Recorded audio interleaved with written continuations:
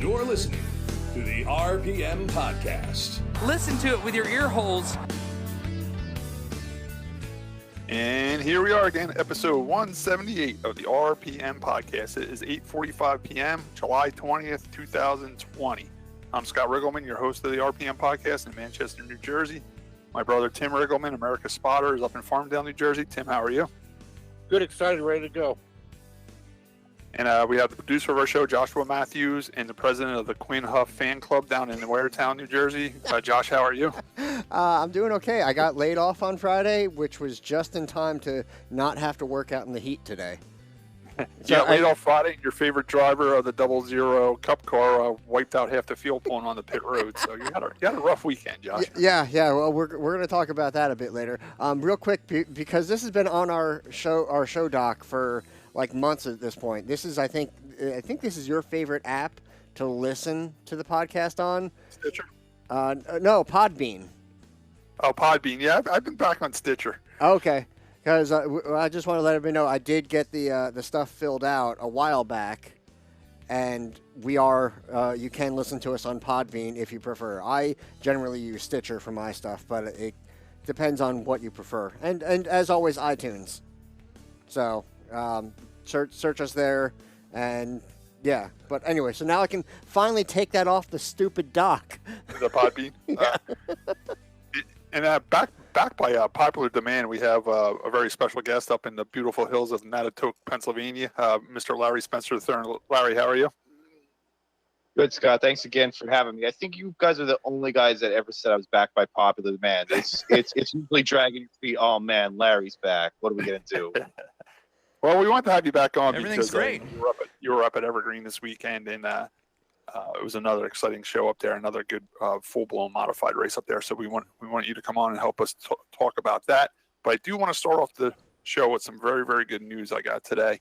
I did go up to Riggleman Tone has a small storage yard up at Blewett's Junkyard. It's right directly behind Jimmy Blewett's race shop. So when I was up there today picking up the stuff, Jimmy was there working on his dirt car, and Michael Rising's father was there helping Jimmy and helping Rob Ormsby work on a couple cars up there. So I got a moment to talk to Michael Rising's father about Michael's condition, and he was very upbeat and happy about it. Yeah, he said the last couple days have been tremendous turnaround. He's moving body parts by, they say move your right foot, he'll move his right foot, and move your left foot, he'll move his left foot. Which he wasn't doing earlier. And now he's doing that. Not only that, but he's strong enough to breathe on his own now. He's completely off the ventilator and all that stuff, breathing on his own. He's even to the point now where he's up and talking to everybody, to the point where he what's it called? Facebook chat or whatever it is. Oh, or FaceTime? FaceTime. Yeah, he's been FaceTiming his friends and his family. So he's doing very, very, very well. It was looking pretty bad for Michael in the beginning. In the last few days, he said it just took a great turnaround, and he just wanted to thank everybody for all their well wishes and prayers and stuff like that. I just want to remind everybody that they do have a GoFundMe set up for Michael, because I'm sure, Josh, you were in the hospital for a very long time, and those hospital bills can get crazy expensive. So they do have a GoFundMe set up for Michael. The best way to find it, how I've been checking on it, is through Jessie Rising's Facebook page, which is Michael's sister. She has a link on her Facebook page so if anybody out there has a little, not a lot, 25 or 50 bucks, if you can make a donation for Michael, we would really appreciate it. Yeah. And we're going to see if we can get something together and donate from the RPM podcast as well. I think I did see a post from his sister as well saying about he was communicating through his eyebrow twitches at one point. Yeah. Like raising an eyebrow and stuff like and that. That's what I mean. It's gone from that in a few days to him FaceTiming people, so he's doing good. He's not out of the woods yet by any means. I mean, he's got still a tough road ahead of him, but he's young. He was into working out, and he was in very good shape. So he's young, strong. So if anybody can pull through this, it's him. Just to let everybody know. Having prior good health or being in good shape or being fit does a tremendous thing to help your body recover from traumatic injuries such as this. And this is a firework explosion or premature explosion? Yeah, that's what I was thinking. Michael Rosin's, I think he's 22, 23, something like that. A very young sportsman, race car driver. at Wall Stadium. Larry, he was even up at the first Evergreen show with his sportsman car, racing up there with you guys. My brother spots for Michael, so he's close to the show through my brother. I pit next to him and his family, but Wall Stadium, I'm in the same row as them and in the pits over Wall Stadium, so I got to know them through Wall Stadium. Plus, we went out a couple nights together, like headliner and stuff like that. Great family, very close family. Sister's a softball player for college. She's probably Michael's biggest supporter. Michael's her biggest supporter. Just a very, very close-knit family. It's a shame it happened to him. It was a fireworks accident during 4th of July weekend, and it was bad. It was scary bad, and he's coming through, and he's getting better. So hopefully we'll see him back to track sometime this year. Yeah, we're definitely wishing the best. And Scott, you did mention like the GoFundMe, and I can't tell you. I know GoFundMe isn't perfect. I mean, like GoFundMe itself takes a cut out of that, which kind of sucks. So if you can directly donate to them, that's in a way a little bit better. But GoFundMe seriously helped me. I can't express how much it helped me during my time in the hospital and especially after the hospital and recovering when I was out of work because disability doesn't Josh, cover I don't know everything. much about GoFundMe, but I'm pretty sure when I was on his GoFundMe page looking at it, first of all, I was trying to figure out how to donate. I'm not good with that stuff. I don't know if I had to put a credit card in what I had to do to donate, but I thought it said at the bottom of it, because it was like in a medical emergency type one, that they take 0% or something like that, GoFundMe. Well, I know in mine they took a cut. Okay. And I know mine was medical. I don't know if, I would call it an emergency, but if it was listed differently, I don't know.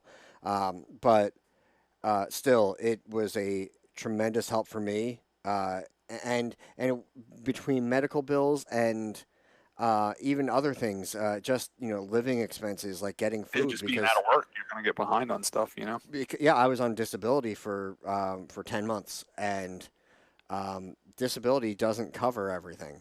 And right. I mean, it helps, but it doesn't cover everything. And to be able to live and make sure, because credit card payments didn't stop. I mean, I don't know what happens if you go into a coma, but he was in a coma for a little while. Yeah, too.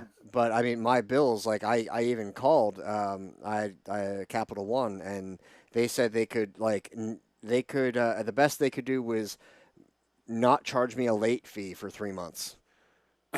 Like they couldn't just freeze. I was like, I'm in the hospital, like I'm dying here, and like I was, that's not an exaggeration. I mean, I was very high risk and close to death at the time. And so I just wanted to share that with everybody. I did see Michael Risen's father, and he was very upbeat and very happy with the progress that Michael's making. I just wanted to share it with everybody. Well, they do have the GoFundMe page up.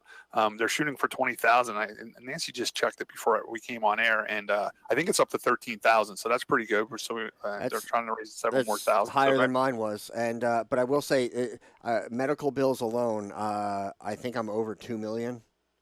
Yeah. Now for my stuff, so the hospital stay is incredibly expensive. I would have let you go around $1.5 million, Josh. I don't think I would have got up to $2 million to keep you around. I'm not saying I'm worth it by any means. I'm just saying that's what the bills were. So yeah, everybody keep Michael Rising in his prayers. It seems to be working. He's doing better. I'm not saying he's doing great. I'm just saying he's doing better than he was, and he's making improvements every day. That's good news. That's better than that's a lot better than it could have been. Yeah, So. and if you see the Risings at the track this Saturday, just let them know that you're thinking about them. They're a really great family, and I hope they all pull through this together, and I'm sure they will. All right, on to the racing. Evergreen Speedway. We got the very popular Larry Spencer. Not only was he announcing at Evergreen, he did a little racing himself. Larry, can you tell us a little bit about the day up there? How was the weather? I know it was scorching hot down this way. Oh, it was one of the hottest days I think I ever remember being at the track. It was just sun. I mean, you know how it is up there too, Scott. It's like there's certainly some shade, but most of the track and almost the entire pit area is completely out in the open, sun beating down. So we were boiling out there for sure. I know you had a little rain too. It seemed like the modifieds made it out on the track for the feature, and it looked like you got a little bit of a rain, and they had to pull the cars back off the track. How much of a rain delay did you have up there? It was probably and of course it happened as the modifieds were lining up for their feature. Right. The street stocks were the first feature for they were scheduled to run 50 laps, but this year they implemented a time limit for the features, so it was either 50 laps or 50 minutes, and I think they made it to lap 42 and they were over the 50-minute mark. So if that race would have went half decently, they probably would have been able to get the modified show in before the rain. But I think the rain delay was probably an hour, hour and a half. And I'm really surprised that they were able to get the rest of the show in, because it was like pouring. Like it wasn't a little rain here, like the skies just opened up. And it was weird because it was decent the entire day before that. Like the clouds rolled in a couple times, but not even a single drop of rain. But when they opened up, I mean, we got a whole day's worth there in about that hour that it rained.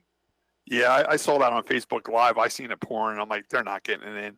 And the only bad thing about Evergreen too, it's known for having weepers. Like after it does rain, the water still will come up through the track. Was there any problem with weepers after the rainfall you had? Turn one is usually where it's the worst, and that was the biggest trouble spot. But luckily, the track was so warm and so hot from the sun beating down on it all day, all weekend. Really, we haven't had much rain up here at all in the past couple of weeks. So the track temperature was so high that I was really surprised with how quickly it dried. Because like you said, sitting in my truck, I'm like, man, I don't think we're going back racing here. But they did a good job. There was honestly probably 30 cars, personal vehicles, and 4-cylinders, whatever, a couple factory stocks out there at a one time drying in the track. I always thought that was one of the coolest things about me as a kid going up to Evergreen. I was to the point where me and Tim would hope it would rain up there for a little while, because they would let you pull your personal vehicles out there and drive around the racetrack. So as a kid, it was so cool going up there, because next thing I know, I'm riding around with my friend in his car. We're riding around the racetrack, helping dry it off. I always thought that was something cool you guys did up there. Not only do you do it at Evergreen, I worked at the stock car racing experience over at Pocono, and that's something we used to do on the big track. Like if we had a school day over there and it rained in the morning, or if the track was just wet from the night before, they would let everybody pull their cars out and drive around the track. I think some other people enjoyed that more than taking the cup style cars out. I have pictures of us as kids trying to track over Pocono. Yeah, Pocono at the Race of Champions too. They would let everybody out on the track on the 3/4 mile track to dry, because really you got to do it. It's the only way to get the track like that dry is just let every street car that you have available out on the track riding around. That's one of the best things. About Pennsylvania and having a little bit more lax safety rules. Is they let you do, because people aren't really cutting up and causing a problem.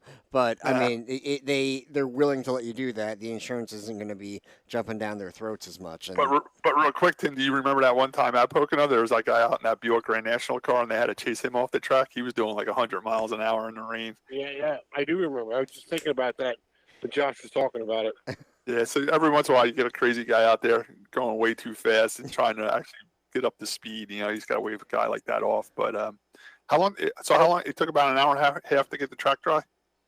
Yeah, probably total. It was probably an hour and a half between the rain. I mean, the rain wasn't there as long as obviously as it took to dry the track. But like you were saying, when you were a kid, I never outgrew that. I'm 28, and I was out there with Tony Hilliard yesterday in his personal car, and we were hauling on the outside, smiling from ear to ear.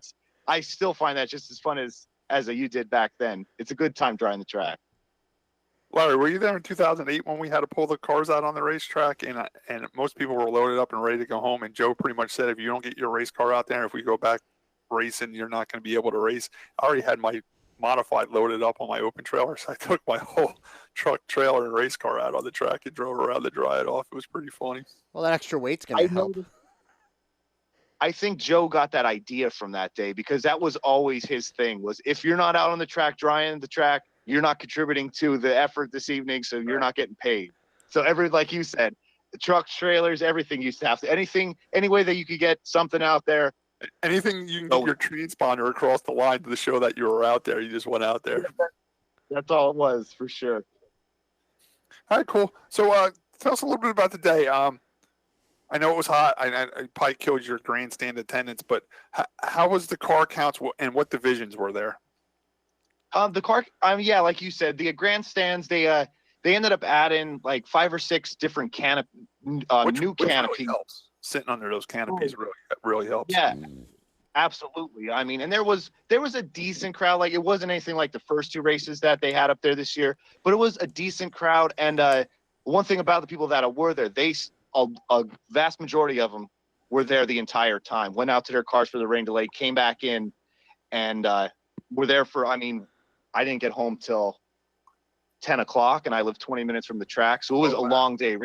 Racing started at 2, and I think the checkered flag flew on the modified feature probably 8:30, almost 9 o'clock by the time that was over. That's the only real problem about a Sunday show. You plan at like a 2 o'clock start, so you always in the back of your mind say, we'll be out of here by 6 o'clock. But if you do run into a little bit of a problem, it makes it even tougher because now it's a Sunday night and people got to go to work on Mondays. So you really got to plan for like a problem-free day. Like, you know, you got to hope you don't have a lot of wrecks, a lot of oil downs, or maybe the retaining wall gets damaged or a rainstorm. And unfortunately, you guys got stuck with the rainstorm scenario this time. Right. The rainstorm and the extra long street stock race, that was originally supposed to be a regular show, but they added they made it a 50-lap cone race for the street stocks, and there was 18 street stocks. So it was a good field of street stocks, and then factory stocks were there for a 20-lapper. There was 9 factory stocks, but what a race that was. They're coming to the checkered flag. Mo Hunsinger led almost the entire race, and then coming out of turn 4, him and the guy in second kind of got together.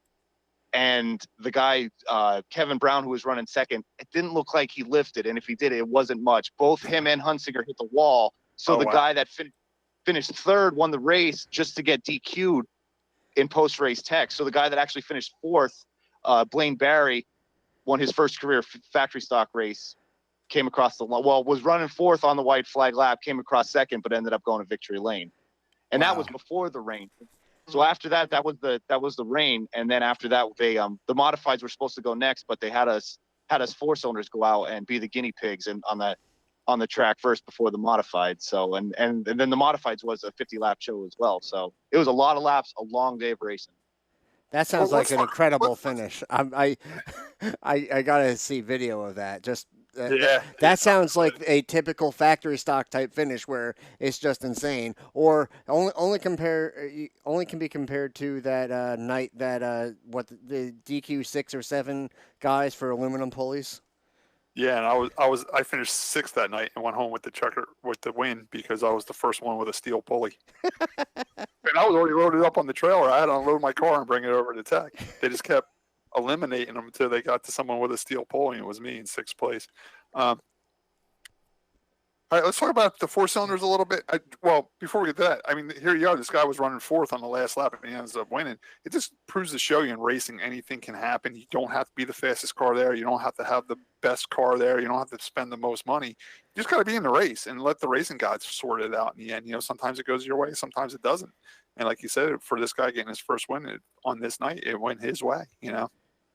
Yeah, and it was one of the deals too where it was like they were both. I don't know if either car really lifted. They kind of overdrove the corner and were just wide open, both washing up into each other. So the guy that was in second was just wide open, pushing like a dump truck up into the car that was leading the race. Both of them hit the outside wall, and then, like I said, that guy that was in third came across the line first. It was his first career start in a factory stock, and I'm not sure why he got DQ'd, but it ended up going, like I said, to the guy that was running 4th on the white flag lap. What was said between 1st and 2nd place after the wreck? Was there any type of skirmish afterwards, or how was that handled? I seen them talking to each other afterwards. So the guys that were actually involved were okay. I didn't see the initial conversation, but I seen them kind of shaking hands. I know the Kevin Brown, who was in second at the time, is a younger, probably 20, 21, and Mo Hunsinger's been at the track. His family's raced at Evergreen for a long, long time. He's probably in his 40s. So, not that matters when it comes down to a fight, but Mo's a real even keel, level-headed guy. Came over, talked it out. But a lot of other people that I'd seen were like, "Oh man, that son of a bitch in that 14, I'd have broke his neck if it was me." So, the drivers themselves handled it very, very well. I got dumped. How bad do you think their cars were? Are they repairable for the next race? I know Hunsinger's is pretty bad. Who was leading the race? The entire right rear axle completely came out of the car. It was all bent in half, and it was bad. Like he was almost stuck in the turn four wall. Is that the number 6 car that comes down to Turkey Derby every year with us? The one that's kind of painted like a Valvoline car? Yep. The base color white with some red and blue. Yep, that's him. Okay. That was Casa Grande, right? That was Casagrande's. That was Tom Casagrande, who passed away a couple months ago. That was Right. his that was his guy. That was his running mate. Those guys came to the track, every week together, teammates. And this was Mo's first race since then, Okay. since Tom's passing, I believe. So would have been nice yeah, for him to get that win. yeah, he was. I mean, honest to God, probably 30 yards from the start finish line when all hell broke loose. Heartbreaker. Yeah.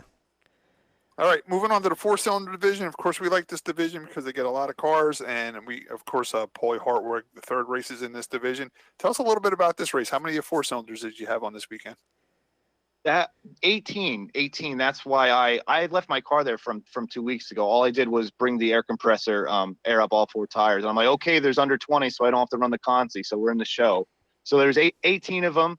And like I said, we were the first race after the rain delay, and it was a pretty clean race. Paulie was absolutely flying out there. He finished only second to Harry O'Neill, who wins almost every race he's in, basically, whether it be enduro or regular hobby stock. So yeah, Paulie was on a rail yesterday, and Paul's really got that car working. I mean, to come from winning at Mahoning 2 weeks ago, and then the very next time out with the car, he's running second in the regular four-cylinder race. It was real impressive to watch. I seen that Paul bought two cars up there. Did Paul drive one himself, or did he just have two for the kid there? Yeah, Paulie ran the Prelude that he runs, and nobody had out the Integra. I think that the Integra was just there as a just in case deal. Okay.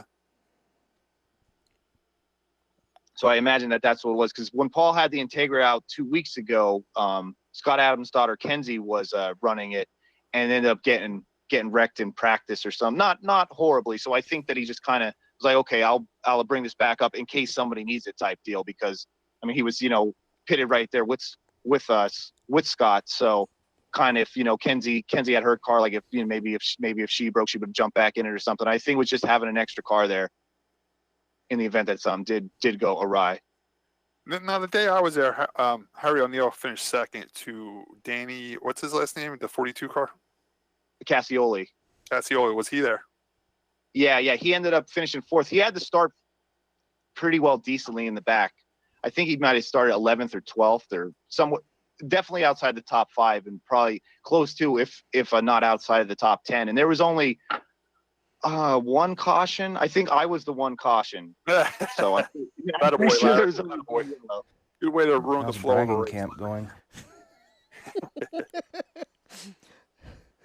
But no, yeah, like I said, it was definitely a good race. I mean, Paulie, I think if he would have had a caution, he might have had something for him, because he's still learning on the restarts, but you could tell every week that he's getting better. So I think if he would have had a chance there with maybe 2 or 3 to go on a restart, it would have been real interesting, because I mean, he's already shown in his little bit of time in a four-cylinder that he's not afraid to be aggressive. Yeah, when I raced Bethel in that Enduro a couple of weeks ago, I actually parked next to Danny. How do you say his last name? Cassioli. Yeah, I parked next to Danny Cassioli. He had 2 cars up at Bethel. He had his beautiful 42 that he runs in the four-cylinder division, and then he had like a Nissan Sentra that he ran in the Enduro with us. And I got to park next to him and his guys, and I kind of helped them out with some parts and tools and stuff like that to fix the car, because they didn't have much stuff with them, and I had a ton of stuff with me. And what a nice guy! I just loves to go racing, He told me he had plans to go out to Michigan on Enduro, but it got canceled over the COVID stuff, so he's not going out there now. He was telling me that he works so much that he doesn't really work on his own car anymore. He actually has TJ Cabbage maintain and build his cars for him, and he's real happy with what TJ does for him. And he's just real happy to be racing. And, man, he brings a ton of people with him. Like, half the grandsons at Bethel were wearing his T-shirts, and they all sit in a group together and cheer him on and stuff. It's a pretty big operation he brings to the track, and he's pretty cool to watch him do it. Yeah, and it's funny that you brought him up too, because out of the blue yesterday, I seen him in the pits, and he came up to me, threw his arm on me. He was like, "Spence, you got anything to race in that Enduro in a couple weeks? Because there's a four-cylinder Enduro at Evergreen on the 2nd." And I'm like, "Yeah, Danny." I'm like, "I'll have some piece of junk out here, but if you're offering me something, I obviously will take that over anything I have." So he said, "Yeah." He said, "Absolutely." He said, "I have that Honda Civic. We raced it a couple times last year. Borderline top 5 car, a really good piece." And he's like, "Come on down this week, pick it up, and tow it over here on the 2nd, and you can run it." So I got myself a ride from Danny Cassioli yesterday. So it's funny that you brought him up. Yeah, no, he's a good guy. First time I got to meet him, and he was real cool, and he knew me through what I do in racing. I knew him from what he's done in racing, and it was just cool hanging out with him for a whole day up there. I mean, it was a long day at Bethel that day too, so we got to share a lot of racing stories, and he had a fuel line leak, and so I was able to give him a hand in getting that fixed, and then he had like a coil pack go bad on his car. He actually had to send his wife to like find an AutoZone and buy four coil packs for the car, and they changed it right there in the pits and got the car running again. It was cool. It was just cool getting to know him a little bit. He's a great guy. Yeah, for sure. And he was out of racing for a while. He raced I want to say we were talking about him last time I was on after he won, but he raced probably 15 or so years ago at Evergreen in a street stock, a little bit in a late model, and then he got out of racing. Started a family, and then recently within the past couple of years, probably the last 2 or 3 years, got back into racing. And like you've seen, he's just as fast as he always was. And that Acura RSX that he has is just wicked fast at Evergreen. I mean, it sounds like how it is. Some places you go and in some classes, a car or 2 or 3 cars just sound different. That RSX he has out there at Evergreen just sounds different. Just sounds fast. Yeah. All right, we're gonna Does it sound RS sexy? Oh, it is drop dead RS sexy. All right, we'll get to the results in a little bit. I just wanted to touch base, do a little race recap on all the divisions before we get to the final results. So after the 4 cylinders, the next thing out was the Tour type modifieds. Yeah, and Tour type modifieds, they had you would have been mad, Scott. They had 23, 24, and they only started 20 again. I know. I've been paying attention. I pulled the results up today, and I saw 20. I said, if Larry Spencer tells me there was 21, 22 cars there, and they sent 2 guys home, I might have to make a couple phone calls. Oh, there was. Trust me, I had caught wind that people were already bitching before the Consi about only starting 23. I guess their car was in the. They were only going to start 20 of the 23. That their car was in the Consi. They weren't even out of the show yet. They were already mad that they were only starting 20. But in defense, Jason McRevitt's race promoter did came up into the booth as as we were announcing the show, and he said off the mic to us, he said, I started 22 weeks ago. It wouldn't be fair to those 3 or 4 guys that I sent home 2 weeks ago if I let everybody start this week. Especially the guys that wrecked in the Consi opening day up there in that big 75 lapper they had. They'd be like, well, why didn't they do it the week we were up there? It would have saved me ripping my right front tire off. And, a guy like Blake Murray that got sent home, he's like, well, I got sent home 2 weeks ago. Now they're starting everybody. I would argue that the excuse could be, hey, we saw what happened, and we learned from that, so that's why we're doing it different now, because we don't want to do that again. Just throwing it out there. I would have started them all. Let's party. We're all here. Let's party. Start them all.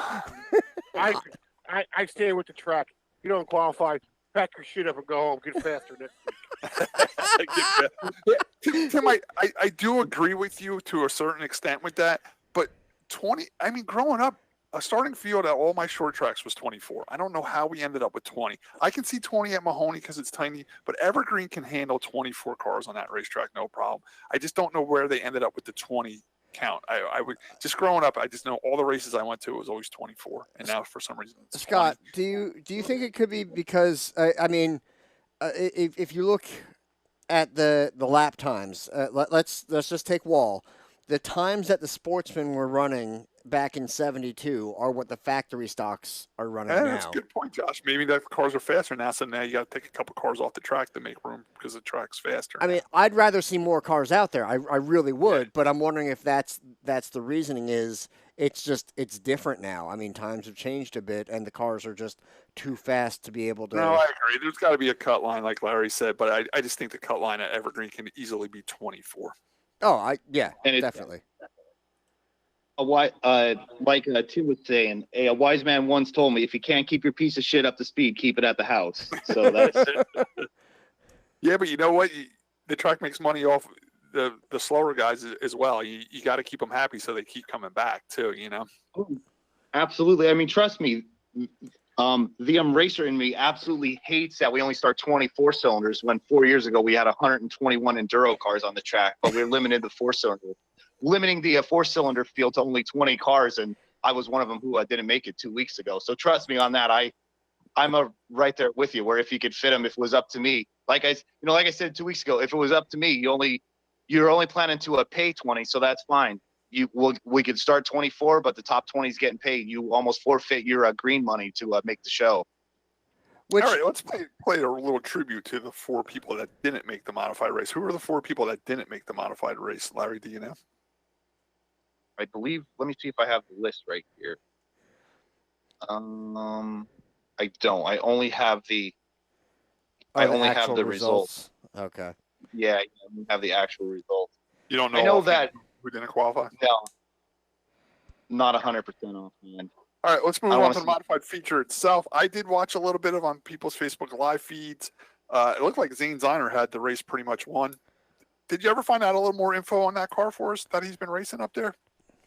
Yeah, I did find out that it isn't one of his cars. I guess I don't know if he prepared it or if it's his setup on it, but the team owner is from somewhere southern tier New York way. So I'm not sure if it's if it's originally a Chemung car or if it was running the up the tracks up there like Spencer or whatnot. I'm not sure, but I know that's what Teddy told me, that the car he had said the guy's name. It didn't ring a bell with me, but he did say that it was a car from up there. And honestly, yesterday was probably the best modified finish I've ever seen at the track. Yeah, it was awesome. It was totally awesome. Yeah, it was a 50 lapper, Larry. Yeah, 50 lap cone race. It was actually. I love the cone race concept. It does 2 things. It mixes the field up so you can gain some spots. It makes the race a little more exciting because it gives the fans something to watch. Who's going to choose what, and maybe why their strategy is what it is, why they chose that. Another thing it does too that Nancy kind of pointed out to me, I think Tim also pointed it out, it makes the relining the cars up quicker, because now you don't have to have it in perfect order. It kind of works itself out. You know what I'm saying? And then you go green. I love the cone race setup idea for short track racing. I mean, I'm sure if you did it every week, it wouldn't be as exciting. It's cool to do it every once in a while, but I don't know. I think it's something that could work every week. And yeah, and that's I said the modified race was supposed to be a cone race. The cone race was the street stocks, and I think that had a little bit to do with why the race took so long. What, do you think it caused more wrecks? Well, not only, I mean, yeah, the one guy offhand, Jay Gould, who we talked about a couple weeks ago, he was, I want to say the first caution in the street stock race came out on lap 2, because there was a ton of cautions, and he started the race in 18th. There was no outside at all yesterday. I mean, really? In the modified it was different, but for the other classes, it was just because there was no rubber laid down. There was 2 weeks off. It was so hot and so slick that everybody was just breaking each other's necks to get to the inside. So like I was saying with this Jay Gould, 2 laps into the race, he started back in 18th. He was up to 8th because he took the outside when nobody else would. So The one part about that was it was guys that weren't up the front were rolling the dice saying, okay, I'm in 12th or 11th. I'll go up to 6th. I'll go up to 8th. So it was definitely a different mix of guys.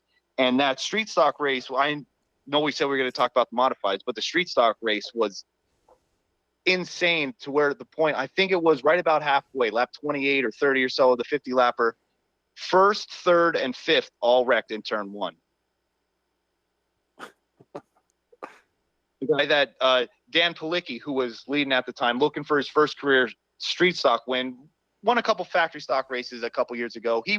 He's a part of the team with Mitch Hawk and Rich Pisotti. You know them, Scott Mitch Hawk? Yes. Yeah, he's a part of that team with them. So, I mean, he start on the pole in the heat race, led every lap.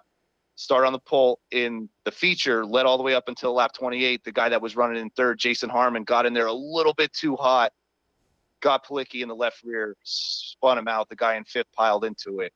So Brock Brown, who ended up winning the feature, he's 3 for 3 this year in the street stock features. And yesterday he didn't really pass for the lead because everybody, you know what I mean, the guys he was racing with ended up wrecking out. And your guy Steve Tito got his best career street stock finish. He got a 4th. I believe he finished 4th. Yeah. So there was a lot of guys up there. He had some damage though. He had some damage on the front of his car. every car, even the car that won, every car had a bunch of damage on me. It was one of those days. I don't know if it was the heat. I don't know if it was the extra laps, the cone race, but the race was $1,000 to win too. So it was a bigger. There's your answer right there. You're racing for some real money now.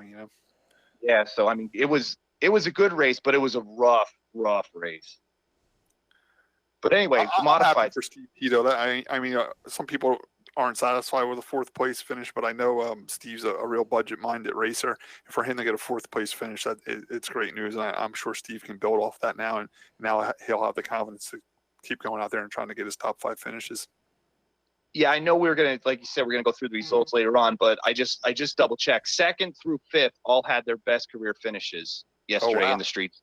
Yeah, so there was a lot of guys up the front that haven't been up the front, or at least haven't finished up the front in a street stock before. So it was a good time. It was a long race, but so almost, I mean, really every race that we're talking about here, the most boring was the 4-cylinder race, because that was a street stock race where 3 of the top 5 wrecked, and we ran over time. The factory stocks, the guy that took the white flag in 4th won the race, and the modifieds was probably 2 of the, if not the 2 best drivers ever at Evergreen, with Zane Ziner and Matt Hirschman. I mean, banging wheels side by side for a good 3 laps. I mean, Hirschman only cleared Ziner with 2 to go. Yeah, he did attempt him to pass him on the inside, and it looked like that was blocked by Zane Ziner. And it looked like Matt Hirschman kind of backed off and regrouped and said, well, I'm just going to blow by this guy on the outside. And that's exactly what he did, because he came back and passed Zane on the outside. And once he got in front of Zane Ziner, he was able to pull away. So he really showed that he was quite a bit faster than Zane at the end of the race. And that's what Matt Hirschman's famous for. I mean, he barely gets on the gas for 75% of the race. And then the last 25% of the race, he just blows by everybody. It's totally amazing what he does. Yesterday was even, like you said, it was even more than that, because he had pitted with 18 to go, 20 to go. He had a right rear. He was running 4th behind. Ziner was leading, Earl Paulus was 2nd, and Brian Sones was running 3rd. Brian Sones missed the show 2 weeks ago, and he was running 3rd on lap 30, 35, right about 30, I'd say, of the 50-lap feature. And then Hirschman had made it up to 4th. I think he started 13th, 12th or 13th. So he started decently far back, made his way up to 4th, but then he was losing ground to the top 3. He had a right rear flat. It wasn't completely flat, but it was going down. You could tell that there was something wrong, because he was just, through the corners, you could tell that there was something was definitely amiss on the car. So the caution came out. So he had to restart. I want to say, it was almost to the point where he had to get a car every 2 laps at minimum, or he wouldn't have made it back to the front. So he only got around. He made a daring 3-wide move on. Brian Sones was one of the cars, and I forget who the other car was, going into turn 3 to get him up into 2nd. But then the caution came out, so he had to do it all over again. So I mean, the caution certainly played into his favor every couple laps. It seemed like from that lap 30. Point on, we were getting some yellows, but it was one of the most impressive drives I've seen him, and I've seen the majority of his wins up there.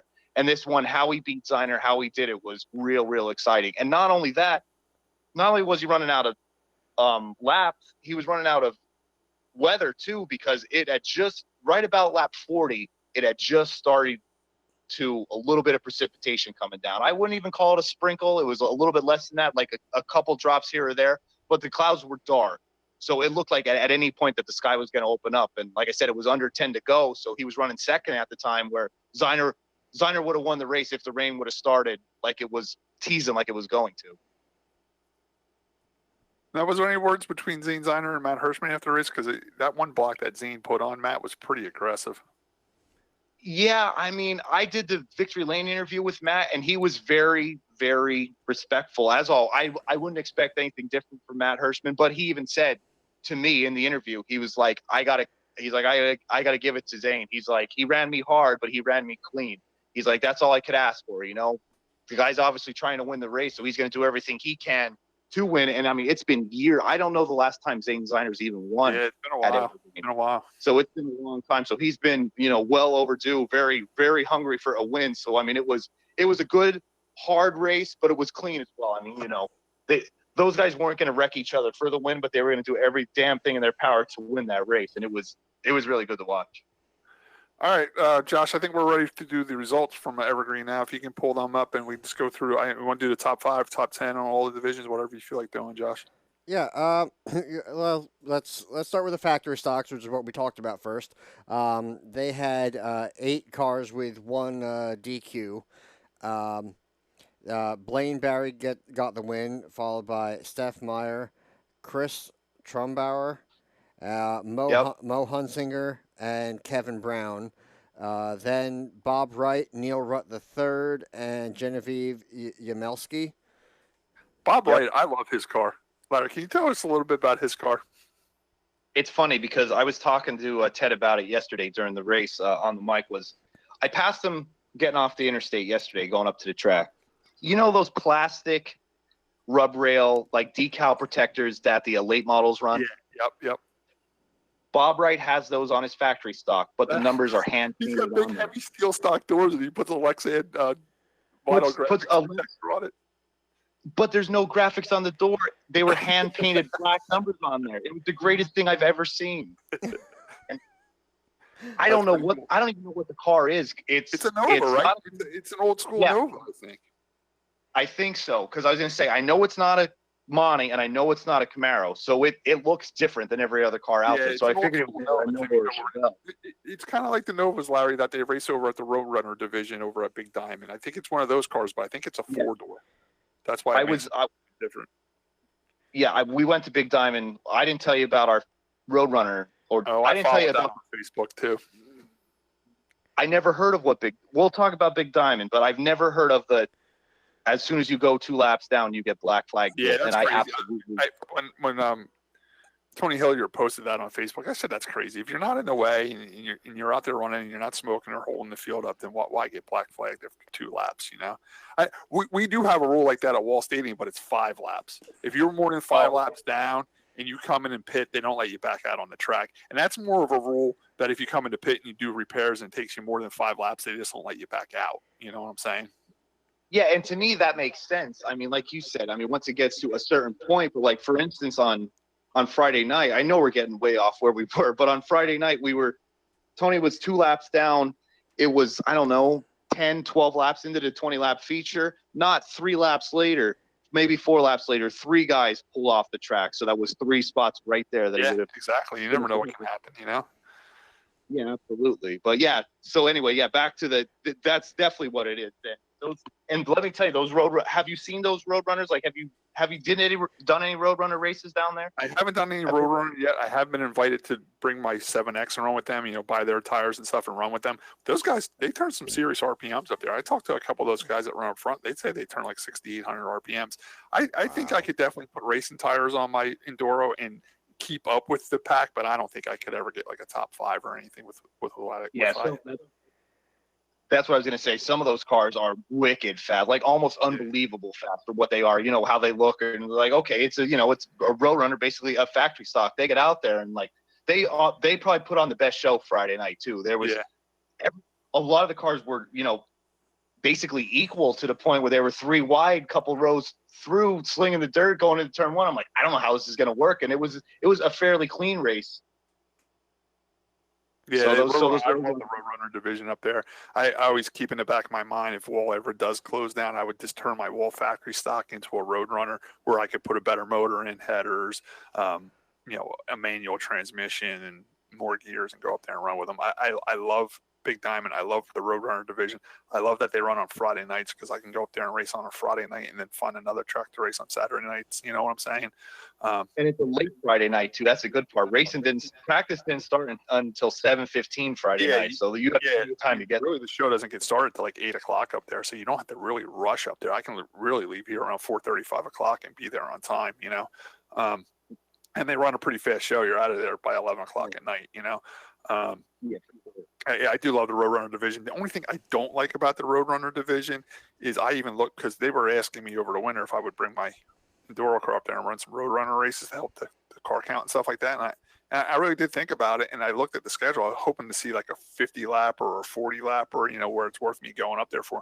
And they really don't have any long distance races. They only have like 20 lappers, Yeah, I don't know what I don't know what the standard lap number is for Friday night, but on when we were there this past week, every division was a 20 laps. I don't know, it was like some kind of whatever 20s. Yeah. They had the 358 mods ran twin 20s, and then everything else, 602 crates and the Roadrunners or whatever, they all ran 20 laps as well. But yeah, That's Bob, definitely cool. The Roadrunner division is definitely a cool division, and I'm interested in it very much. And the reason they all run those Novas is kind of crazy. They have a rule saying you're not allowed to race Camaros, Leaf Spring Camaros there, but you can run a Leaf Spring Nova, which is basically a Camaro with a bigger body on it, is all it is. Like we used to call Novas like the family Camaro or the 4-door Camaro because it's the same exact chassis as a Camaro. It just has a bigger body on it. and the guy next to us was running, like you said, was running the Leaf Spring Nova. I'm like, oh, that did catch my eye too. Now that you say that, that's funny. Yeah. All right, let's get to the results here, Josh, so we can move on from Evergreen and get on with the show. Yep. All right, so let's do the 4 cylinders real quick. We talked about Harry O'Neill getting the win over Paulie Hartwig III. Jimmy Airy. Is that Air or Airy? It airs. Airs. Okay. There's no S on here. So oh well. Danny Cassioli, Zeb Farber, Kevin Baylor, Pete Verwees, Jasper Zigafuse. That's what I'm going with. Kenzie Adams. That was really good. And Kyle Troke. Troke. Okay, He Troke. runs the Woolly Bully street stock that Yep, they have a 4-cylinder too with the fur all they have over. a 4-cylinder. Yeah, that's him. Josh, keep on going down to a 18th. Keep going down to 18th. Let's see. If I go down to Who bought the rear of the field, Mr. Larry Spencer himself. Larry Spencer the third, 18th, and it's funny. There's no cars behind that. He had an outstanding 18th place finish. Very good job, Larry Spencer the third. But Larry brought up a very good example of what we always talk about, Josh. We always talk about, Larry, on this show, we daydream that we're racetrack owners every once in a while, like we would ever have the means to be one. But we always say we would let guys just keep their race cars right at the racetrack. Like Absolutely. a lot of people, especially in our area. I know you're still up in the mountains where you can get away with having junk cars in your yard, but they're getting real strict down here about having unregistered cars in your yard. Some people don't race for the simple fact they don't have a place to keep their race car. We always said, let the people keep their race car right at the track. It's at your own risk. If something gets stolen off it, we don't want to hear it. But you already pay for your pit spot for the weekend. So let them keep their car there all week. Maybe make like a Thursday night where you let the guys in to work on their car, call it like hobby night or whatever, test and tune night. Thursday night, you open the track up from 6 to 9. The guys can come in, change the oil, work on their cars, maybe even go out on the track and do a few laps, put it back in the pit spot, and cover it back up, come Saturday and race it. Like you said, your car was at the track. They didn't have a full field. You went over to your car. Miraculously, the thing started up in the end of the race, and you helped car count, Well, Yeah, for sure. And that's I always said that too. Wholeheartedly agree. But yeah, no, we talk about like for Turkey Derby, they pit them Wednesday night, Right. and or sometimes even earlier, and yeah, they have security and stuff there. Now, for what we're talking about is as long as it's reasonably fenced in and you have some security cameras. And listen, a guy with a modified's not leaving his car at the racetrack with a tarp over it. But a guy like Larry Spencer with a 4-cylinder car, he's going to leave his car with a tarp over it. You know what I'm saying? Just leave it there. I don't think you're going to leave a $50,000 modified sitting over there. But for the guys in the lower divisions that might not have a pickup and a trailer and a 4-cylinder race car, they'll leave it there tarped up. What's somebody going to steal off it? You know what I'm saying? A battery out of it or something crazy like that? Who cares? You know what I'm saying? That's why as long as you have some security cameras, which is usually enough that and some lights to scare people away. And then you have like a night or two a week where somebody can let the drivers and their crews in to work on the car. I mean, for whatever it is, to go over a few things, whether it be an oil change or swapping a damn transmission. Like I always say on the show, that time I raced out in Kansas, that's exactly what they did out there. And there was guys with enclosed trailers. They would just leave their cars in the enclosed trailer. They're locked up. And then Thursday night, they opened the track up from 6 to 9. They went and did their maintenance on the car. They did a few laps, put it back in the trailer, and they're ready for Saturday night racing. What was it, Matt? Yeah, and especially, I'm sorry. and especially at a. Sorry, Josh. I'm sorry. I was just going to say, Matt Guadagno, he would leave his car and trailer at my parents' farm. Right. We would have a number of factory stocks literally just sitting at the farm because Matt lives up in New York, and so he, instead of paying the toll for his Jerry Koenig would leave his car at my grandmother's house every once in a while over America Yeah. Road in house. Have to drag it back, especially if he came down here and it rained out and he didn't race. Now there's no sense of dragging it home to work on it. Things race ready. He would leave the trailer over at my grandmother's property. Plus, it's like a $27 toll going over one of the bridges going back into New York. In addition to his creeper van. Tracks would do. Obviously, Evergreen let Larry keep his car there, so they're willing to work with their racers like that, which is, I think, is a great thing. You know. I understand as a track owner not wanting any liability, but I mean, maybe you have can a sign of form. Yeah. You can leave it here, but if something happens to it, it's on you. You know what I'm saying? It's no different. I store stuff over at Blewitts. If something happened to them, I can't blame the Blewitts. I left it there. You know what I'm saying? Yeah, exactly. If you could get like something signed, then hopefully it could be a little bit different. But I agree. Yeah, that would help a lot of guys out. As long as you have a fuel jug. Honestly, Josh, I got a race car sitting in my backyard now. Something can happen to it here in my yard. You know what I'm saying? It can happen anywhere. Oh, I'll be right back, guys. It's not one of my top-notch race cars, but I do have something in the backyard. But I cover it up, and that's it. Yeah. And like you guys were saying too, it's like if the track is in a remote area where you're not really, I mean, you know where Evergreen is. You don't really, there's not a lot of traffic coming through there.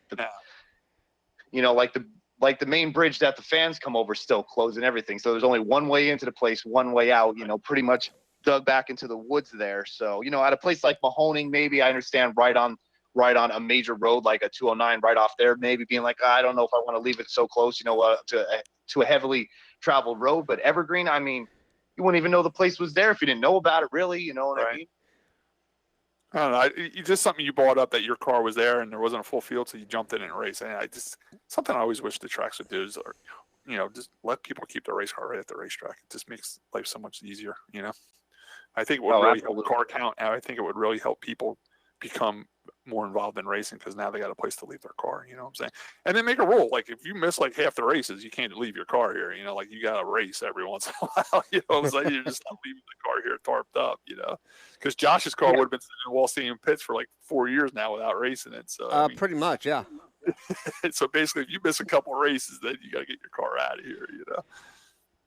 And like you were saying too, Sky, with it being a 4-cylinder or whatever, I mean, like, how much money do you really have into it too? Right. And like, for someone that isn't already racing or someone that wants to get into racing, it's like to get a piece of shit 4-cylinder thrown together for under $1,000 or whatever.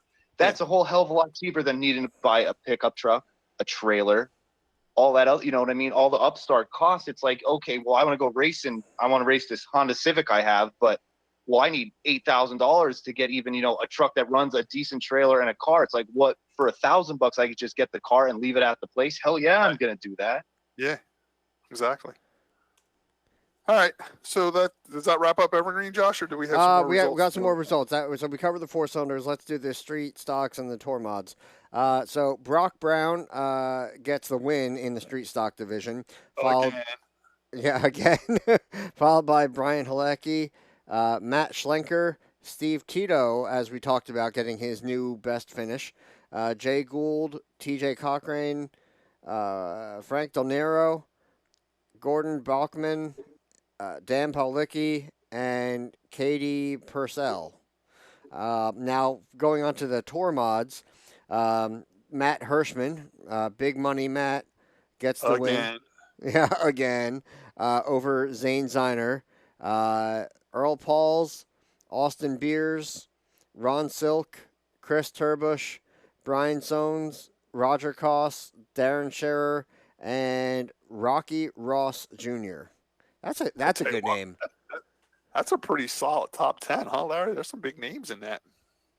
Yeah, and absolutely. And, a couple of those are deceiving, too. Like I said, Brian Sones finished 7th, but he was running 3rd for first 35, 40 laps. And I mean, there was, Ricky Ross Jr. had to come through the Consi.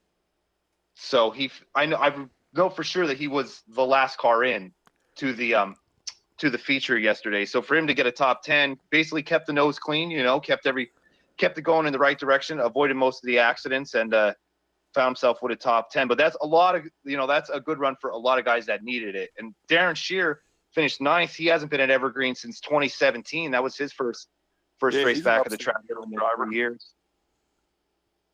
Yeah, so it was, and like you said, it's a real top-heavy finishing order, too. With the top 5, Hirschman, Ziner, Paulus, Beers, and Silk, that's as good as top 5 as you'll see anywhere in a modified. Was Chuck Kossenfeld there this time or no?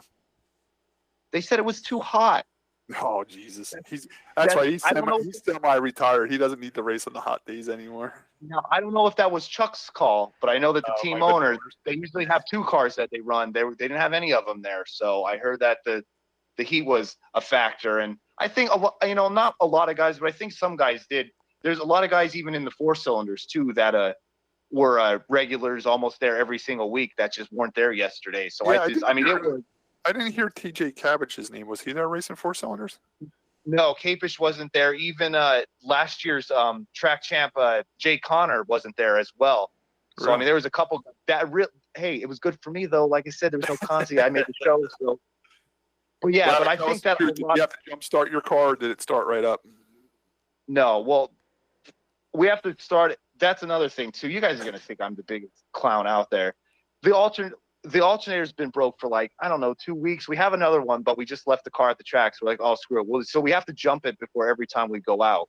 So the battery, we have to charge it off my Dodge with jumper cables. And as soon as they say 4 cylinders line up, rip the cables off, drop the hood. Don't let the car stop. It'll never start again. So, no, luckily everything was good yesterday. Knock on wood, we're going to get that alternator changed for the next time. Because like I said, we got that Enduro coming up there in a couple of weeks. And we want to kind of have our eggs all in that basket there for the second. Josh, isn't it just like a couple bolts to change an alternator and like a wire or 2? I would say 2, maybe 3 bolts and a wire. Come on, Larry, you can get that thing changed. You had all day up the track yesterday. You could have changed it. Yeah, I brought it home. I brought the car back to Tony's yesterday, so it's back at the shop. We have 4 or 5 other projects, including that Roadrunner now, that are on the list. I don't know what's first on the list, but it's on the list. So hopefully, like I said, this week, if not, it'll definitely be ready for the Enduro coming up in 2 weeks. All right, so that completes our little segment on Evergreen, right, Josh? We got all the results in? Yeah, I will say there's one car that I know of where the alternator is a bit more of a pain in the butt. It's one of those Pontiac, what was it, like a Firebird or something, and they have the alternator on the bottom. Oh, on the bottom? Yeah. Do you ever see the Cadillacs that have the starter underneath the intake? No, I haven't done that. Although, oddly enough, Lisa's the Trailblazer, I think that has that inline 6-cylinder, and I think the starter is up, kind of like inside the trans bell housing, kind of a thing. Yeah, it's apparently in a really crappy spot. All right, so that wraps up our little segment on Evergreen. Larry Spencer, it's 9:43, so I don't know if you want to stay on with us, but you can if you want. I think we're going to be doing Bridgeport next. I think we're going to do Bridgeport, New Egypt, and probably that's about it. We'll probably call it a night after that. Yeah, I'll definitely stick around for a little bit. I won't be able to add too much to it, but I'll definitely listen in and add if you know what I mean. If there's anything you need me to add, I'll be here for it. Okay. So we did the Michael Reisner update. We did Larry Spencer and Evergreen. Scott runs Bridgeport. That's next on our list. I made my first trip down to Bridgeport Speedway, Larry. I don't know if you know up there in Pennsylvania if the interweb works up that way or not, but Bridgeport Speedway built a brand new racetrack. Do you know anything about that, Larry? I seen the 4-cylinder was last week that Neil Rutt and Hardwood Ground. Yeah, I was watching Lisa's live video. That track looks amazing, Scott. Doug Rose took this racetrack over. He bought it. Doug Rose is also known for being a part owner in the Kutztown racetrack, the action track.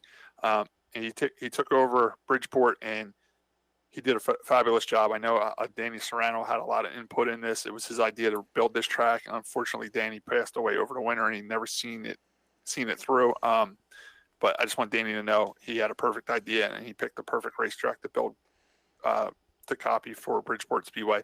I told Doug Rose after the races was over when I was getting paid that I have raced from Maine to Florida and far west is Kansas, and this was the absolute coolest racetrack I ever raced on. I'm not saying it's the best racetrack I ever raced on. It's just all around cool. It's different. Tim, it kind of reminds me when we were growing up, we used to watch all the sprint car races out west, like Indiana and out that way. Even like the Winchester asphalt track out there, that's high bank, where if you run up by the wall, you get that super run off the top and down the straightaway. But you can also make time up if you go low in the corner because the other guy's so high up. It just kind of evens it out, and there's so much racing room there. It's the absolute widest racetrack I've ever been on. Going down the straightaway, it felt like you're on the parkway. It was so wide. So I got to go race that track, and I was looking forward to that all year. Not only did I get to race in the 8-cylinder division down there, I got to sit. We raced last, so I got to sit in the grandstands and watch the racing. And the racing in all divisions was awesome. A lot of passing, a lot of 4-wide stuff. The only downfall of the place is it kind of reminds me of Flemington Speedway, where the racing was awesome. It was high speed, plenty of passing.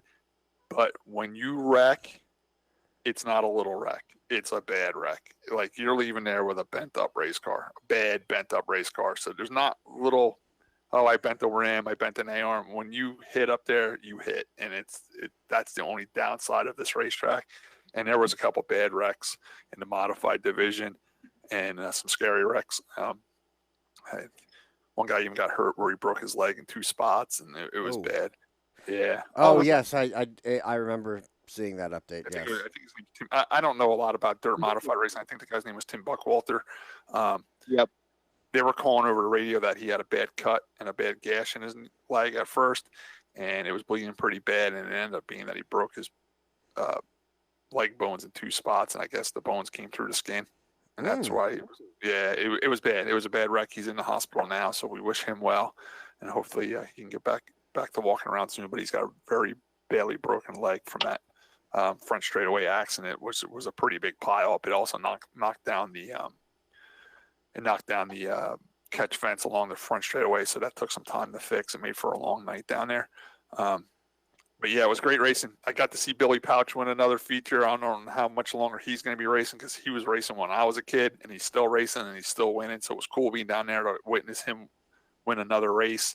They had sprint cars there. The sprint cars were, of course, going to be super, super fast on that track. They had street stocks down there. They call them outlaw stocks, what our buddy Leon races in. Well, what a great race, Josh. You would have loved it. They were side by side, 4 wide, 5 wide. I mean, Lee got up to first, back to 7th, back up to 2nd, back to 5th, back to 4th. Like Lee worked his ass off in that feature.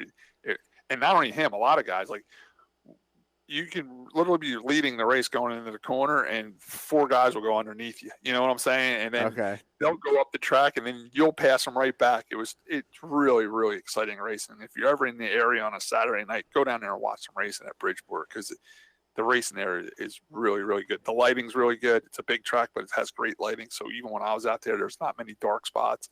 You can really see good when you're on the racetrack. They do a real good job with the track prep. It got a little dusty when the modifieds that were out there in the sprint cars, but nothing too bad, and it was a very, very hot day. It could have been a lot worse. Well, Josh, do you have the results? I don't want to go too long on Bridgeport. We can. Yeah. All right, so we'll start. I'll just go right in order here with the DA's Auto Body rookies. Harry Houdini. Our favorite driver won that race. Harry Houdini. So magically, Harry Houdini gets the win in the rookies race, followed by Anthony Sisko, Tim Borer, Anna Parks, and Nolan Openshaw did not start for whatever reason. Was he number 117? Was his number up there? No, they don't have the numbers listed, unfortunately. I don't like putting anybody down in racing. I mean, everybody's welcome to try racing. Even Quinn Huff is welcome to race in the Cup Series in my eyes. But they did have a rookie practice, and there was a 117 car out there. He went down in turns 3 and 4, and he hit the wall, came down the front straightaway, hit the wall, and going into 1 and 2. Then when he was pulling off the track, he hit the pit gate, pulling off the track. So he wrecked 3 times in one practice and had to be towed off the track, and he was a rookie. So that was a true rookie out there. Well, See, Scott, I want to laugh, but I also wrecked my teammate in practice That's true. at Turkey You didn't Derby. wreck him 3 times. You already wrecked once.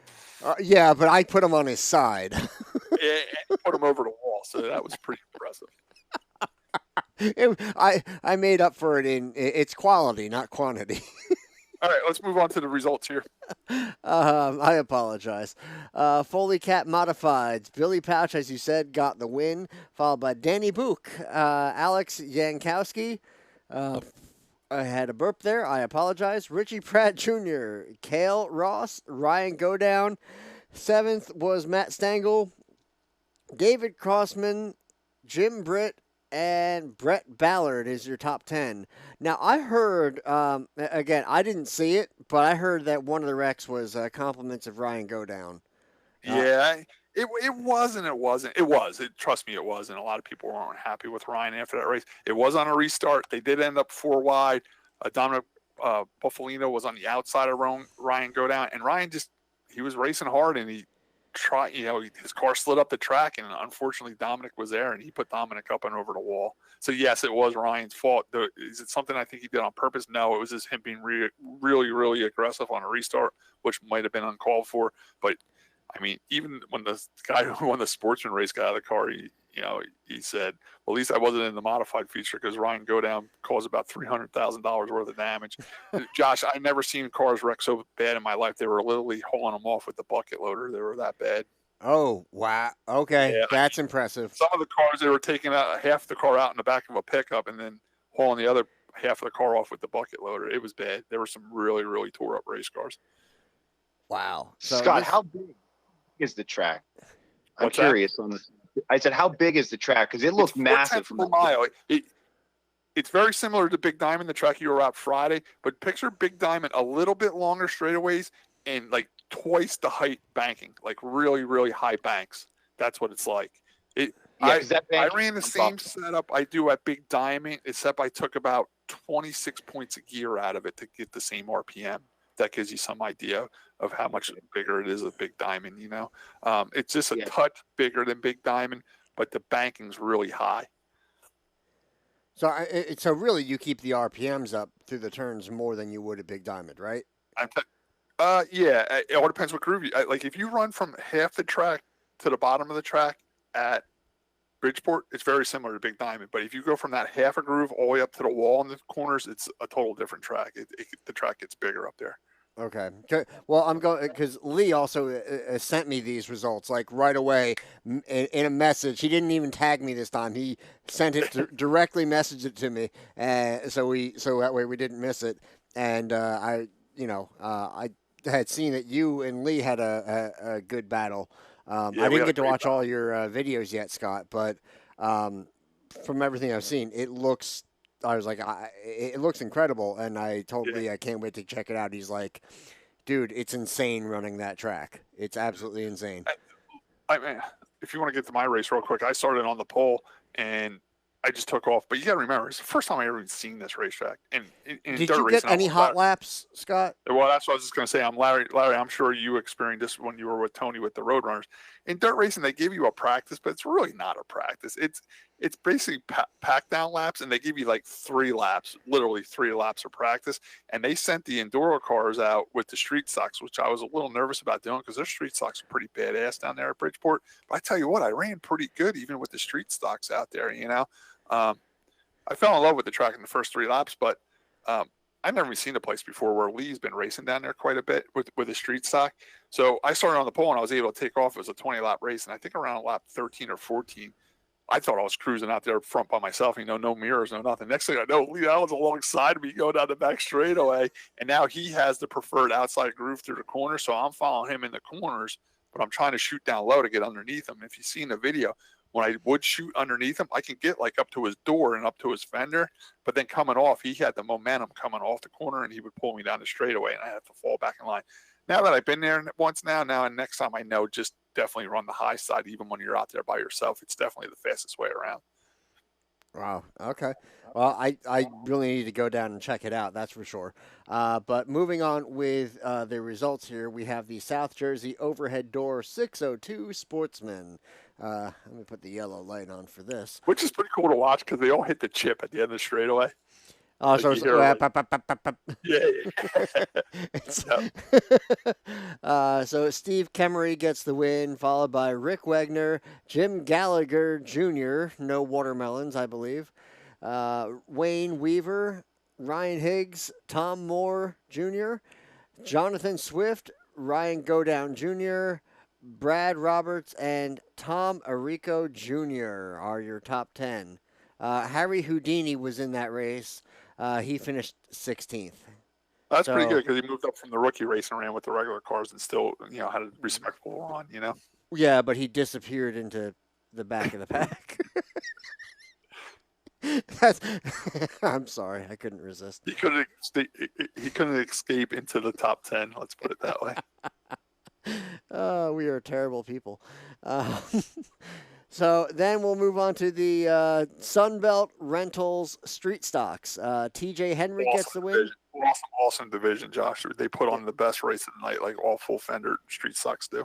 All right, now Scott. Before I go any further in the results, how would this compare to the Outlaw stocks, which became street stocks at New Egypt? Well, there again, the topic over there with New Egypt, they kind of let them go to like a limited late model, but only a few guys did it. So other than the top 3 or 4 cars at New Egypt, they're about the same. They're about the caliber of what Chris Felber has and stuff like that. But even a little bit better than Chris Felber. There's some Camaros out there and stuff like that. But they all have stock style bodies on. They don't have like the wedge type. Okay, so above an enduro car, closer to a factory stock from Wall. Way above what we have at Wall. Okay, are you talking like headers they're or They have like crossover headers, like the 180-degree headers and stuff like that. A wider tires on beadlock. Larry, they do run the same tire that you ran up at Big Diamond on the Road Runners, the American Racers. They run them, but they run them on an 8-inch rim with beadlocks. Where at Big Diamond, you're not allowed beadlocks.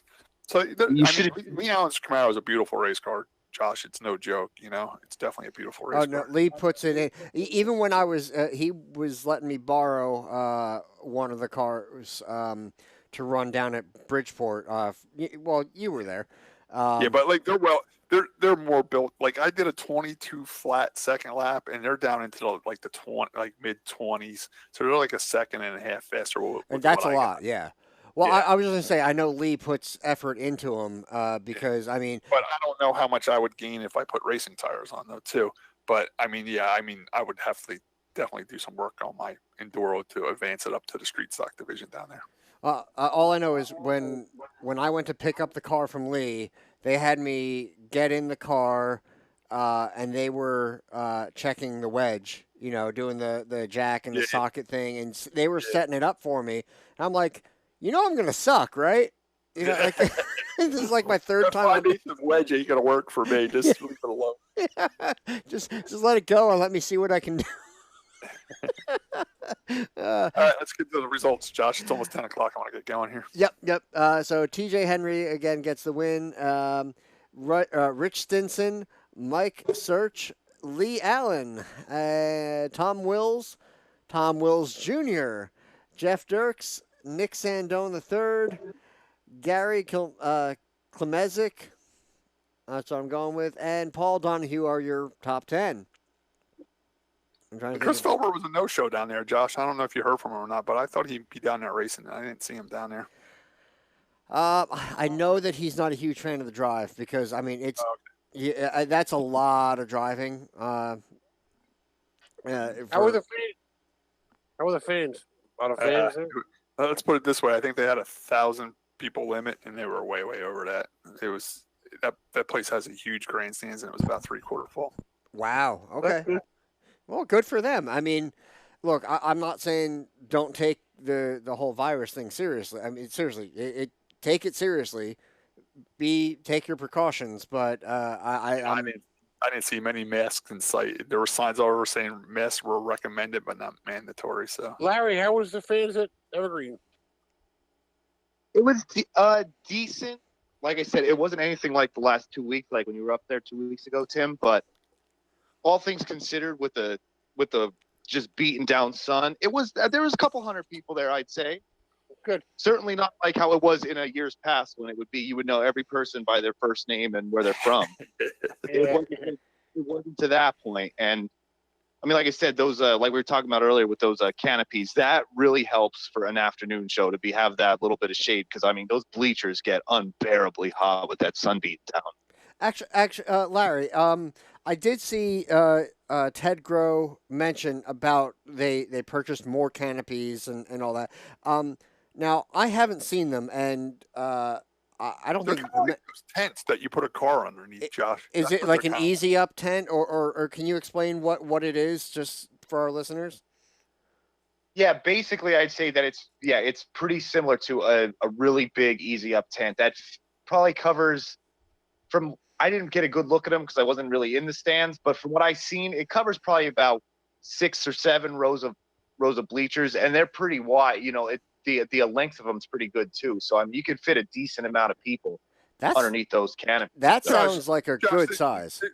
They remind me of those covered soft garages people put up in their yard. You know what I'm saying? Yeah, It's almost like a carport type. Yeah, Right. like a carport type, but with the soft, like car cover type material over top of it that people put their cars Now, in. do they have them in the grandstands, lower, higher? Like, I just want to know a little bit more about them, because this might encourage some more people to go out there if they can literally sit in They some work. shade. Trust me, when you sit underneath them, you're in the shade and it works. And know what's nice about them being the cloth type? I've sat in like real covered grandstands, like maybe like a Darlington or even like Flemington had. And I tell you what, the downside of sitting underneath a real covered grandstand is the noise. When the race cars go underneath, it gets real loud. And At rattly. Evergreen, it's kind of like a car covered type material you're sitting under, so you don't get that echo sound under it. You get the shade, but not the noise, which works really well. So, all right. Yeah, So, go ahead, Larry. I was mainly like you asked about where they're located. It's probably like the topmost, like I said, 6 rows of the bleachers, almost along the entire grandstand. So like where people would want to sit to see the entire race. And like Scott, you were saying, with the enclosed grandstands completely, there is nothing louder than when the Race of Champions was at Oswego.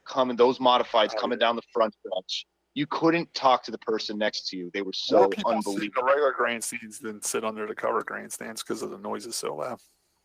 Yep, for sure. And yeah, like you said, I mean, it's an open back. You know, it's basically just covering your head. And, you know, like you got the breeze behind you. You know, it's all open air. It's not like you're packed in there to where it's containing any of the heat like those, because it gets hot in those enclosed grandstands as well. Selinsgrove still has enclosed grandstands on their front stretch too, and it gets pretty warm underneath there. So yeah, like, you know, like Scott was saying, with that cloth top there's enough breeze, but you're basically just out of the sun and out of the elements, really. It's funny you talk about the covered grandstands, because one of my first memories of going to the races with my dad was at Trenton. He brought us to Trenton, and I was literally probably 5 or 6 years old. And all I can remember from that race is how loud it was underneath those covered grandstands. Yep, like the sound has nowhere to go almost. It's just echoing off the wall and stuff. Well, I was just saying, at Pocono, we would get the shaded ones, me and my dad, and You're for way IndyCar. up top at Pocono, you know what I'm saying? You're pretty far from the noise. Yeah, but it would get that rattle, that tinny rattle. Oh, really? Yeah. Well, and especially on the restarts with IndyCar, because, I mean, then you have all those engines, in one spot. As it got strung out, it wasn't so bad. But, yeah, it would definitely do that awkward, rattly noise, and you wonder if the grandstands are about to come apart on you. But, yeah, all right. So I just figured we'd address that. All right, Josh, let's finish the results at Bridgeport here, because it's after 10 o'clock here. Yeah, right? yeah. All right, so we went through the street stocks. We're going to go to the Mid-Atlantic Sprint Cars. We have Andy Best, who did the best this week, in first. Tim Tanner Jr., Kevin Nagy, Dave Brown, Mark Bittner, Tom Carberry, Rick Stife, Jeff Geiges. I'm going to take a guess at that. Joe Kay and Zach Vickers. No relation to Ryan. And then we're going to move on real quick to the 8 cylinders. Lee Allen gets the win. Scott Riggleman in second. Chris Allen Sr., Tom Wolfe, Derek Jones, Travis Geyer, and Nancy Riggleman. How did Nancy do, Scott? Was that fun for her? The car was loading up and had a miss on her. I got to check into that. I got to change the carburetor and pull out the spark plugs. Check the valve this was her first time on that track, though, right? There, yeah. But the car ran really well a couple weeks ago up at Big Diamond. She finished 7th out of 15 or 16 up at Big Diamond, and she was real happy the way the car ran. And she said, Scott, I just want to go. It was popping and making noises, and I checked it out this morning, and it even here in the driveway, I can't even really rev it up. It's something wrong with it. I just got to get time I'm going to check it next week. I got to get my wall cars ready this week, and then I'll work on her car this week. It's something simple. Either carburetor's loaded up with junk in it, or maybe it's got a broke valve spring. I got to take the valve cover off. I'm just going to pull all the spark plugs out and see if there's any dark ones, stuff like that. It was definitely down on power for her this week, and I felt bad for her because she sat there all day waiting to race, and when she got on the track, the car wasn't running good. She did stay out there and ride around for the 20 laps and did the best she could with what she had, but the motor kind of laid down on her a little bit. Now Scott, for someone like me who's run a number of enduros, not anything comparing. Gosh, your car would be perfect for this new division they started down here. We only had 7 cars, but you got to remember it's a brand new division. We did lose 2 cars because we were supposed to race Sunday night. Bridgeport was supposed to race Sunday night, and they switched it during the week to Saturday, and we had 2 guys that were going to bring 8 cylinders down to Bridgeport on Sunday, but they also raced 4 cylinders up at New Egypt, so they had to go run the 4 cylinders at New Egypt rather than come to Bridgeport, so we lost 2 cars there. It's just a new division they're starting. It's basically the Outlaw Enduro Series rules, which is pretty cool, and Josh, your car would be perfect for it, you know. Now, would I be intimidated going onto this track? I tell you what, I've been racing all my life. I looked at it, I'm like, oh boy, here we go. But a couple laps into it, I felt pretty comfortable. And I tell you what, Nancy was a little intimidated too. She didn't go out in the practice. She was more intimidated going out with the street stocks. She didn't want to be in the way with the street stocks. But she went right out there in the feature, and she said once, a couple laps into it, she reminded her Big Diamond, and she just kept racing. I'm just going by the couple times I've been to a new track. Gosh, what I tell people that are nervous when they go to a racetrack and they're driving a race. It could be the first time they're racing a race car, or first time they're racing a division, or first time they're racing a bigger racetrack than they're used to. I learned this, Larry, when I worked over at the Stock Car Racing Experience. They told me to tell the people that are there that are nervous about getting in the car, because we would have some people that pay big money to go do the Stock Car Racing Experience, and when they got there and seen how fast the cars were going, they'd literally chicken out and try to get their money back. So we had to talk them into sticking around and doing it. And the best line that Steve Fox told me to tell these people, just tell them the truth, Scott. Just tell them that the car will only go as fast as you want it to go. Fair enough. I never heard of that. And you know what I'm saying? Like, even though Scott Riggleman and Lee Allen are doing 22-second laps, and if you're out there and you're not sure of your equipment or your abilities, do a 24-second lap. You know what I'm saying? Let off a little early. You know what I'm saying? Like, until you get more and more comfortable. That race car will only go as fast as you let it go. That's right. It's not like riding the bull or something where it's up to the bull. I mean, you're really in control. Right. Behind the wheel. That's perfect.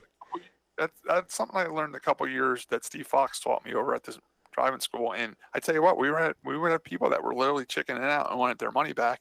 And once we sat them down and said, listen, it's just like driving your street car. You want to do 35 miles an hour, do 35 miles an hour.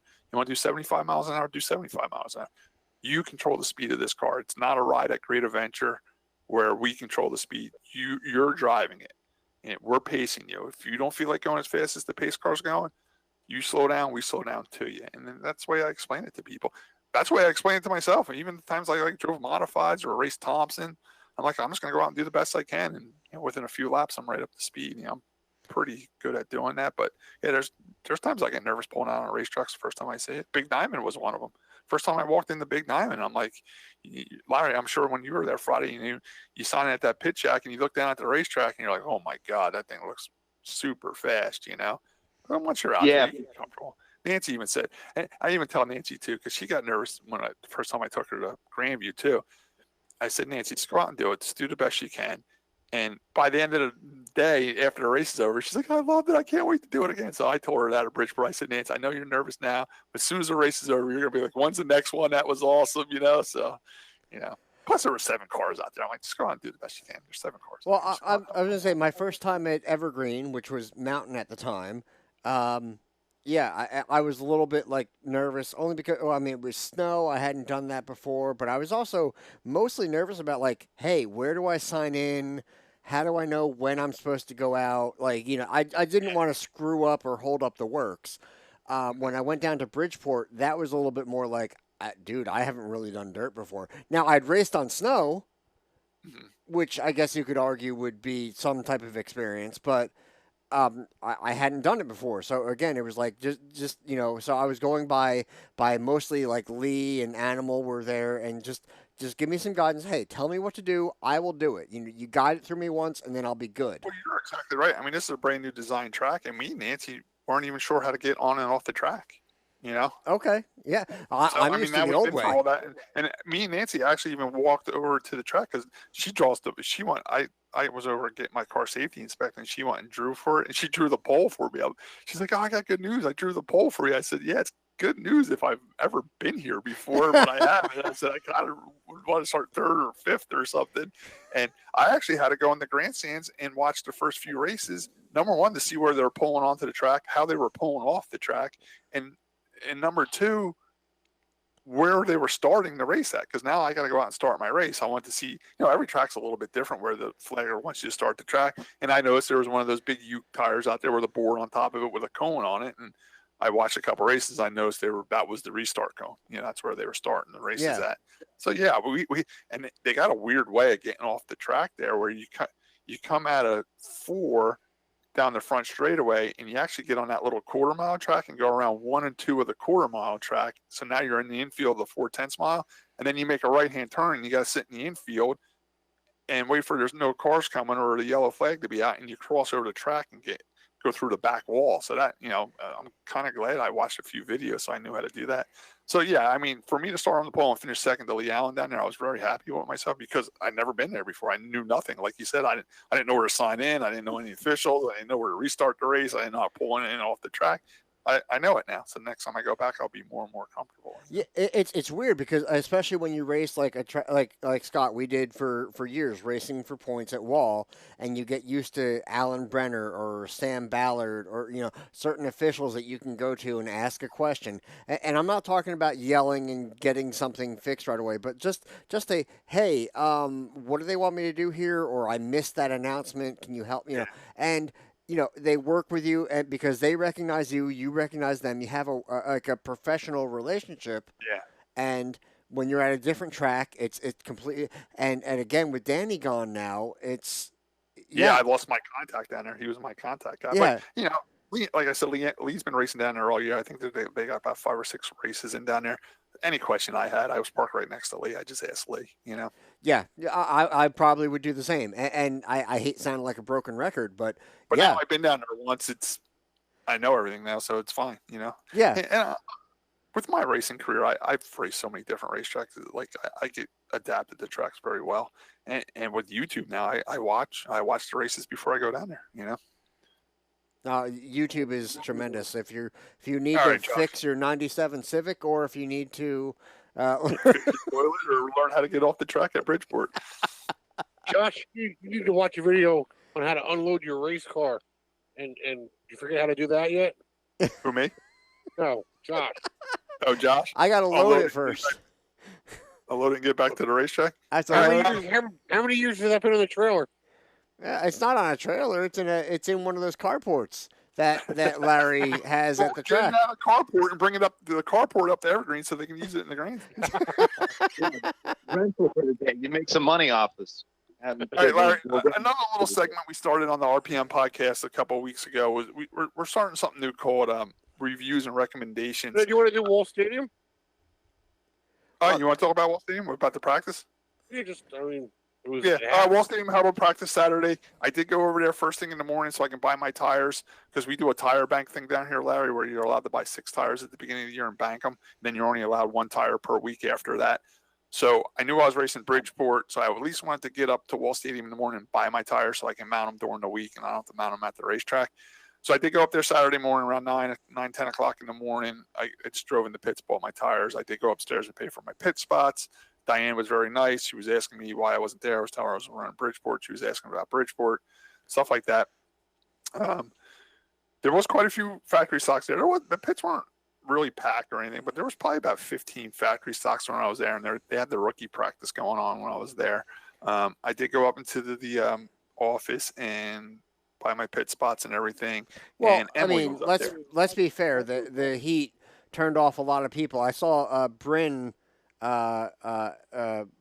She was burnt like a lobster. Yeah, It was hot. It was hot It there. was hot. It was brutally hot. yeah. She had a picture. She was red as a lobster. It was. Yeah, it was brutally hot. And Diane understood that. I did go upstairs to pay for my pit spots. Very reasonable. We usually pay $100 a year for a pit spot because of the COVID stuff, and we're already down to 12 races. I thought what the track did was very fair. They only charged us $40 this year for our pit spots, and we don't have to pay for our pit license or anything. They just asked me to fill out my pit form like I normally would, just so they have my information updated, my driver's license number and my address and phone numbers and all that stuff, but I didn't have to pay for a pit license or nothing like that.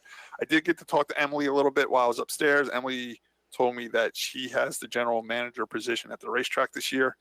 And she did say she is making a few changes, but nothing super major other than they're going to go with a new race director and pit steward. So that means Mike Ostrander and Alan Brenner are gone. Oh wow! So I'm not sure what happened there, but I said, well, who's going to be the new people in charge? And she said she has a couple of people with applications in. She just has meetings with them, and she has got to figure out who's going to do the job. But she has 7 days to get that done. So we are going to have a new race director and a new pit steward over there. That's a kind of burying the lead here. Like what? 3 hours in almost or 2 hours in almost that Wall's getting a new race director. That's pretty big. You know what, though, Larry? That is shocking news for a small short track, but we're kind of used to that Wall Stadium. There's been years we've gone through 3 race directors, Yeah. Sure. Race directors don't last long at Wall Stadium. That's probably the toughest job in motorsports, the most thankless job in motorsports. I agree. We do. All I'm gonna say is that I hope that Eric Graham is on the receiver. If I magically ever get back out on that track, I like hearing Eric on the receiver. You know what? I think he'd be a perfect choice for a race director. It's a tough job, and I don't know. I mean, that's up to him. I think he'd be very good at it. I mean, yes, he and I have disagreed on things, but I think that generally, he's normally at least he tries to be as fair as possible. Another rumor I heard for race director in this area is former guest on the podcast Tom Mauser. I've heard his name thrown around a few times for maybe race director. Okay. Tommy's a very outstanding modified driver in the 80s and 90s. These are all rumors, by the way. All rumors. This is a rumor I'm hearing that his name's thrown into the hat. Not sure who's going to be. But the one good thing I got out of the conversation with Emily upstairs, she definitely said that she sees no reason why Wall Stadium won't be there next year. She said it's pretty much a done deal because she said she's going to learn a lot in these 12 races being general manager, and she's going to really know what she's doing by next year with help from her mom, Diane, running the racetrack. And I said, so that means there's going to be next year? She said, yeah, absolutely. So that was good news. Yeah. What's Diane doing? Diane's still there. I mean, she answered all my questions when I was at the tire truck. So I guess they're doing it together, or Diane's just running the tire truck in the concession stands. I'm not sure, but Emily said she's. It might just be like a position label thing, whereas Diane still has to approve a bunch of stuff because essentially Diane's probably going to still have to sign off on all the checks on anything. Yeah. So I also think it's too where Diane wants Emily to take more control too. So if Diane wants to go away for a weekend or not come to the track on a Saturday night, she can leave Emily there. You know what I'm saying? Yeah. Like Emily can do it, and Diane can take a weekend off.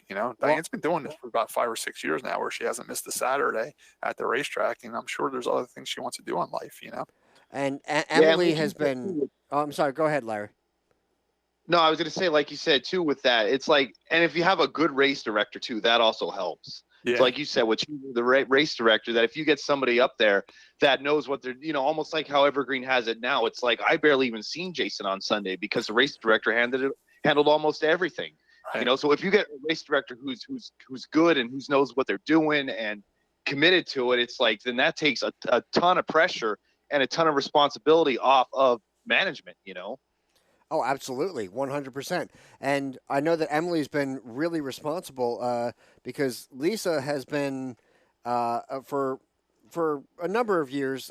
They would have Lisa come in, my wife, and do ticket sales. She ran the back gate for a couple of years when I was racing because, I mean, what she's got to go to the track, so might as well make some money working the back gate and everything. And Emily was always the one that was like counting the money and doing this and that and helping out. And they know what they're doing. And if Diana proves stuff, Emily is pretty smart. There's no reason that it can't work out. Like I said, I'm fine with it. Whatever. I don't care. I go there and race and go home. You know what I'm saying? But like I said, the one positive thing I got out of the conversation is she's very positive that there's going to be a next year at Wall Stadium. I left there. I had to go home, load my stuff up, and head to Bridgeport. Tim, what did you see when you were at the racetrack? I thought it was good. We did see you. We were sitting in Gary's truck when you pulled to get your tires. We were sitting in the air conditioning, and the time that you had left, we stayed about another maybe hour and 15 minutes. And in that time, more cars definitely came in as the day went on. So I think they had a little bit more. They probably had about 5 more factory stocks than when you left, and probably about another 7 to 8 more 4-cylinders. There's a lot of 4-cylinders there. And there was a lot of people in the stands. They were coming and going, but it was pretty full. And one thing I do want to say is they were very strict on you wearing your mask. They actually had people walking around Saturday. Everybody's got to wear a mask. Yeah, people walking around, staff walking around, making damn sure you had your mask on. So if you go to Wall Stadium this Saturday, bring a mask and expect to wear it if you're anywhere near the top couple rows. I don't know if they're going to make everybody down the bottom wear it, but they make you wear a mask there if you're going. So I don't think you're not going to wear one. And it was brutally hot there. Bailey had had enough and said she was ready to go home. So we left, like I said, about an hour and maybe 15 minutes after you did. So the concession stand was open. There was a lot of cars there, a lot of fans there. So it looks like everything is good to go. So yeah, I tell you what. Other than the announcement, Emily told me about her being general manager, which really doesn't make a difference to me. It seemed like business as usual over there. It felt like we were like exactly the way it was last year. I'm excited about opening night this coming Saturday. Yep. All right, I want to move on to just reviews and recommendations. Larry, you might even want to add something. This is something we do. Like if we see something on YouTube that we like and we want to pass it on to our listeners, and you just tell them we something we want to watch. There's something called Peacock TV. It's basically an app through NBC, and it's got a bunch of TV shows on there. The TV show I've been watching, I think my brother watched all the episodes already because he has way more downtime than I have. It's called Research Time. Research.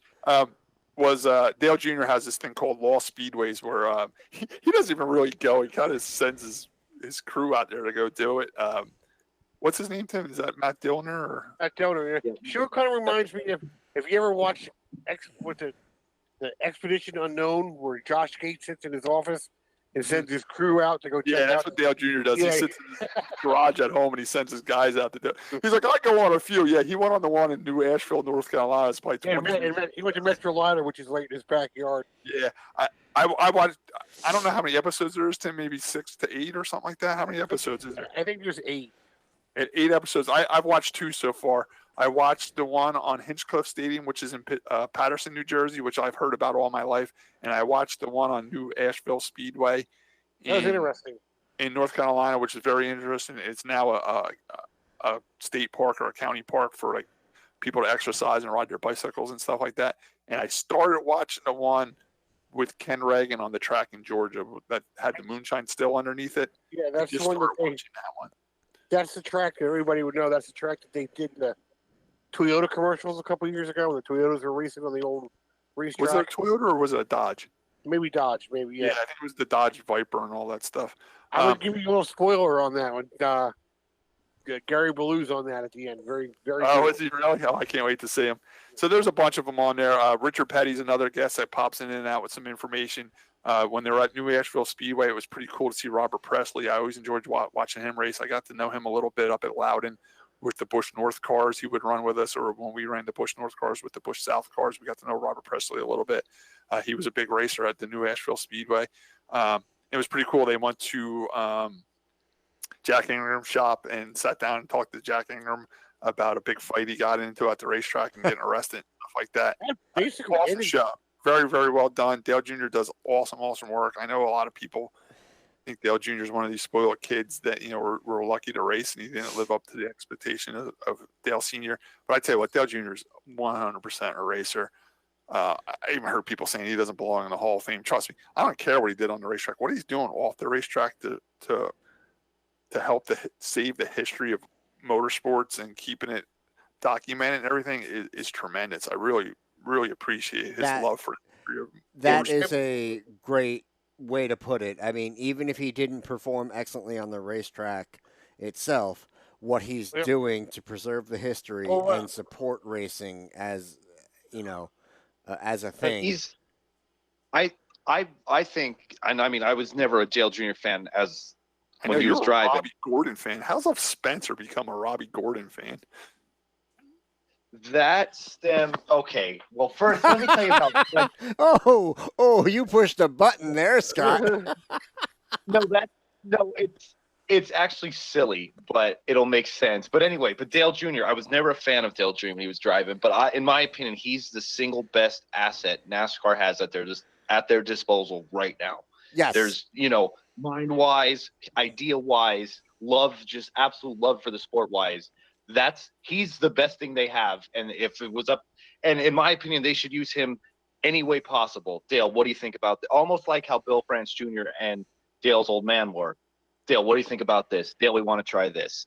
That's how if it was me, if I was Steve Phelps running NASCAR, Dale Jr. would be the first text I sent in the morning and the last text at night. What do you think about this, Dale? What should we do here, Dale? Because like you said, Scott, he's a racer to the core. Now, here's a prime example of what this show that he's doing. I don't know if you remember, Larry, but you and me first became friends via Facebook when I started talking to you about that old track, the one, was that New Haven, Connecticut, with New Haven Speedway or whatever? Beach Haven. Beach Haven. Yep. And remember, I asked you if we could go there, and you said no, you need permission. So could you imagine now, Kim Riggleman or Larry Spencer call a guy, hey, can we come see your racetrack? He's going to be like, hell no. But if Dale Jr. calls, hey, this is Dale Earnhart Jr., I'm doing this TV show, they're like, oh, yeah, come on. And that's how he's getting all the access. Yeah, they handed him the keys right to the stadium. Yeah. First, they'd probably hang up, think it was a prank call. Yeah, Dale Jr.'s coming to see my track that's been open in 70 years. Okay, sure, yeah. All right, Dale, have another one. But, yeah, like you said, though, name recognition. I mean, he's up there with anybody in sports of names that, you would know, just a common person on the street or somebody that, has no idea of anything about racing. You're going to know the Earnhardt name. Yeah. I tell you what, Tim, Larry, I'm not sure if you've seen any of these shows yet, but definitely get the Peacock TV app on your phone and watch. It's very easy. It's absolutely free right now. You just got to sign up with your email account. Yep. And it's absolutely free right now for 3 months or something like that. So definitely go check it out. I love how they end the shows, Tim. Tim, did you recognize how they end every show the same way? As far as what? How when they end the show, they take these little mason jars and they take dirt in it. Yeah. Yeah, they'll take dirt or asphalt from these old racetracks. I have all that here. And they'll label it. They'll label it like New Asheville Speedway, July 20th, 2020. They save all the jars of the soil and the asphalt from these old racetracks in these jars. That's a really cool way to remember that. You know what? We have to go for a hike when it cools down, and we'll head out to Amatal. Yeah. And me and Tim did that. Me, Tim, and John Blewett III did that when we first got our driver's license and stuff. We drove all over the place to every closed down. Yeah, but do you have dirt from Amatal? I mean, no, we weren't smart enough to take dirt, but we did have a big VCR camera my brother had to carry on his shoulder, and he taped a few of them. But that was about it. I got a blacktop from Trenton in the backyard. Yeah, we have blacktop from Trenton. We also had a piece of the fence for a while too. Yeah, I finally got rid of that. And don't tell Larry Spencer this, but one time I did stop at Evergreen when it was closed down, and I stole the Evergreen sign out by the road, the small square one that pointed towards the pits, and that was in my garage for a while. It might be in Dad's garage now, but I had that for a little while too. If it was an old Mountain Speedway sign, I would make it a cash offer when we get off the show right now. That was an old Evergreen. It was before when Evergreen was closed, before Joe took it over. I stopped. I was driving truck for a living, and I drove by the track, and I didn't do it on purpose. I was driving a 45-foot flatbed tractor trailer, and when I made the turn into the pits, the trailer scraped the tree a little bit. When I looked at my mirror, there was a sign laying on my trailer, like the the trailer hooked the side and it fell onto the bed of my flatbed tractor trailer, and I just threw it in the cab and took it home. Larry, you're going to visit an old Speedway? Meant to have it. Wait, say that again, Larry. I said you were just meant to have it, Scott. That's all. That was Larry. that My was a brother re- asked you if you ever visited an old speedway like that. Yeah. Beach Haven was the only one that I was ever like any old retired facility that I was ever to, and that was probably 10, maybe 15 years ago. So I couldn't even imagine how overgrown or what it looks like now. I actually have pictures of it somewhere. I don't know where the album is, but I took an old disposable cam. I'm talking. Oh no, it's been perfect all night. What happened? Oh no. Are you there, Larry? We got it. Yeah. Here, do you guys got me? Yep. Yep. Or not. That's near Pennsylvania internet, boy. I don't know about that up there. It was It works fun. good till about 10:30, and then it drops out. Guy that pedals the bike to make the electrical get off it. Put another quarter in the payphone, Larry. Somebody got off the Anyway, exercise While machine. he's figuring that out, we're on Beach Haven Speedway. If you go on YouTube, type in Beach Haven Speedway kicked out, and there's actually urban explorers that are there, and the guy shows up and kicks them off. Yeah, I heard that guy's real strict about people working on Yeah. the property. So just to let everybody know, great show, all speedways. You can only get it through peacocktv.com. Go in there and watch Dale Jr. shows. They're really, really good. I can't wait to watch those. What track, Scott, would you like to see them go to that they haven't gone to yet? They more along the lines want to go to the ones where there's still something there to look at. Now, Go ahead, Tim. Yeah, Say North Wilkesboro. That's been done and over with so many Yeah. times. I mean, maybe Nazareth. I mean, it'd be cool to see them kick Yeah. around Nazareth a little bit. That would be Nazareth. That would be cool. I would say I'm going to interrupt here, and I'm going to say the one over by Atco. And Yeah. because there's the one by Atco, and then there's the Amatal one, and I think I heard Right. Larry come back. I think I came back. I heard you guys the whole time. I don't know why you couldn't hear me. So I'm still listening. 100% Nazareth would be awesome to see on the show. Yeah. Hey, Larry, real quick, isn't there like an old drag strip up by you guys too, somewhere in the woods? There is. I'm trying to think exactly what. I know what you're talking about. I can't Wasn't think of that the called name of the Pocono place. Manor Race Drag The Strip? or something? Pocono Motor Lodge or something, right? Yeah, something Drag Lodge or something like that. Yeah, Drag yeah. Lodge. I think it was like a club type drag strip or something. Yeah, There's those are- another track. There's another track too that's not too far from Beach Haven. I'm gonna have to ask my grandfather what the name of that one was, but it was almost on the way to Berwick as well. Like Beach Haven is right on Route 11. So like if you take Route 11, that runs all the way, clear up to Binghamton, New York, take that right down through. Beach Haven is right on Route 11. So it's 2 minutes from the road. But there was another one. I want to say it was called Rummage Speedway or Rummages Oh yeah, I Speedway. heard of that too. Yes, that's still somewhat there to the point where you could almost see like where the backstretch was. But that's been closed, I think, even longer than a Beach Haven. Really? Now let me throw this out. This is going back to New Jersey, and I apologize, Larry. I can't help it. I'm from the state. Well, that's Now- fine. I enjoy the stories. Now I know Old Bridge was another track, but that's Yeah. been long gone. And like I know Flemington, is clearly gone, and it's now like a lowest parking lot of all things. Do you think there's anything we could do to find anything left of Old Bridge Speedway? No, it's a Old high Bridge, school. high school, yeah. It's a high school. And a development. That's completely gone. Okay, because I know if you go to Hey, I know what you're saying. Every racetrack, there's still that one thing left. Like Flemington has the schoolhouse is still there. Nazareth Speedway, the old 3/4 mile track, the little track, there's still a piece of fence there. There's always something to find. Well, even but- Trenton too. Isn't Trenton like? Didn't go they to- cut like the back straightaway into a street?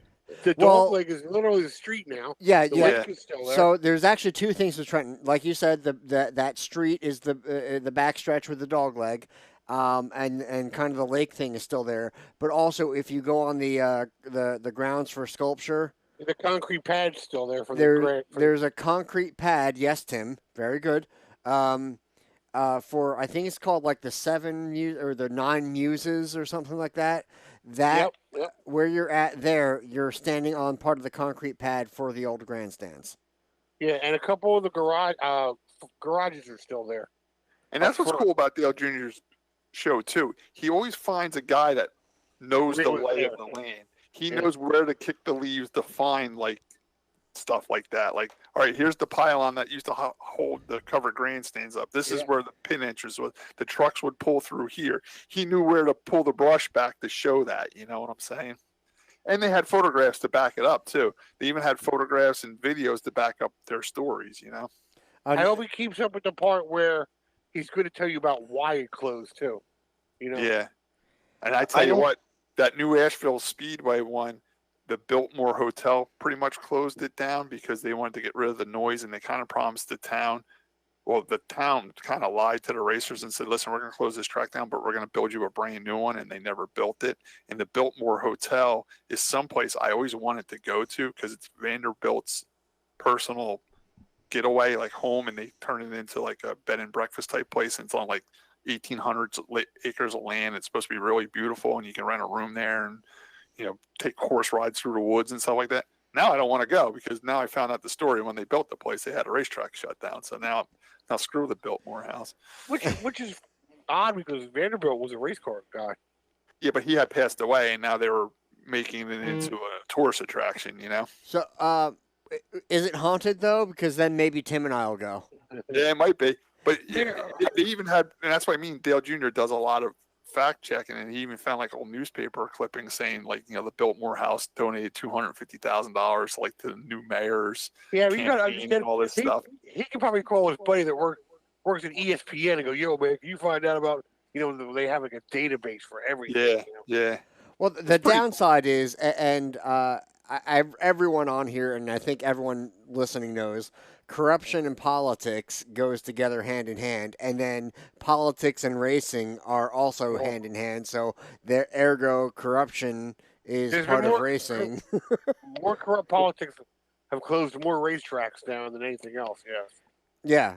Now you guys have me thinking about where would be another good one. They could do a 2-for-1, 2 episodes in basically one location on Shangri-La and Shangri-La 2, because I'm pretty sure there's some of Shangri-La, the original Shangri-La, left. It's been years since I drove past it, but I want to say there was still something left of it. Like you said, there's always something left of an old track. I think the grandstands were still left, and the concession stand I think was still there. Yeah, something was still there. Like I said, the last time I seen pictures of it, but I think it's been a while. But I mean, Shangri-La 2 has been closed for what? How many years now? 7 years now? Man, they put a lot of money in that place. That place. It just sits there now? What was that, Tim? It just sits there? Nothing goes on at all there? Nothing. It just sits there. Were either of you ever there? The second track, no. The original, yes. The second track, I mean, it was spectacular when it first opened. I mean, I don't know, I was probably up there half a dozen times, but I remember that first year that I was there, they had the drag strip operating on the same day, same time as the circle track. So for one admission, you get the drag race and like the idea was there, but the location was horrible for the track. It wasn't horrible off. How? As in kind of in the middle of nowhere-ish to where you don't really know, like the original Shangri-La was right off Route 17. Like you're coming from, you can actually see Chemung Racetrack from 17, the main highway that goes through there, which has been renumbered now. I think it's called like Route 86 now or something like that. Yeah. But yeah, anyway, yeah, the original Shangri-La was fairly close to Route 86. Shangri-La 2 was probably 20 minutes off the beaten path off of 86. So, you know, location-wise, it wasn't in a good spot. But, I mean, it was... Oh, you mean anal? When it was built and finished, it was really, really nice. And it was a nice facility with great ideas. I mean, it was almost built to be almost like Oswego, like a second Oswego, size-wise and everything. I also heard it was actually built a little too good, where it was a little too fast, and some of the competitors got scared off from that track because it was one of those tracks too. Like I was just talking about Bridgeport, when you wreck, it's bad. Oh yeah, there was. Yeah, I mean, Oswego's bad when you wreck, but Shangri-La 2 was like absolutely the best case. You only bent the front clip and not the center. Right. It's kind of weird because that's just one of those tracks that faded away. And like nobody ever asked why, or you never heard anything about. The owner was just one of those owners. If you don't like it, I'll just close the place down. And he just closed the place down, and he won't really rent it out to nobody or lease it out or anything like that. He's just like, all right, you guys want to cry about the track? I'll just close it. I don't care. And I remember he had like an insane amount of money tied up into it. Like if you went with like, oh, I'll buy it for $250,000. I don't know if he would say yes, because I think he has more tied up into it than that even. I remember it was like an asinine amount of money that he had up front. Because like I said, when it first opened, they had fully operational 2-lane drag strip right next to it. So he put in a ton of money to get the track finished, get it up and running. And I mean, it was never popular. It was never packed to the point of like the original Shangri-La, where you see videos from back in the day when Richie and my cousin Jimmy are all racing there. Places packed to capacity. Shangri-La 2 was always very, very sparse crowds. Larry, do you know that area well on 17? Because I used to drive truck going up to Horseheads, and somewhere in that Tioga vicinity by the horse track and stuff, when I would come back to New Jersey, so I'd be going either east or south on 17, there was a little track on the right-hand side. It was like a motorcycle track. Do you know what I'm talking about? Yeah, it's a quarter midget track. Well, then whatever the what? Yeah, I forget what the hell they. It was a little dirt track. I thought maybe it was like flat track motorcycle type stuff. If we're thinking about the same one, then yeah, they run microds there. I don't know the name of this. I don't even know if the track's still open, but I remember it, like you said there, on the right off the side where you could see it from the highway as you're driving past. Oh, those little square go-kart looking things. Yep, the little square go, and like that whole stretch. What that little track was. I never seen anything raced there. I thought I seen a sign there that was flat track motorcycles, but it even looked too small for a flat track motorcycle. So for what you're saying, probably makes more sense. It was for the microds. I mean, it's in that stretch there, probably 30-mile stretch between where Chemung is and the New York and the Pennsylvania border. I mean, a little bit off either way, there either was or is so many tracks in that vicinity. Because I mean, if you stay right on 17, there you're going to run into 5 Mile Point. Just down the road is Penn. Just up the road from 5 Mile Point is that I-88 Speedway. I don't know if there's even still.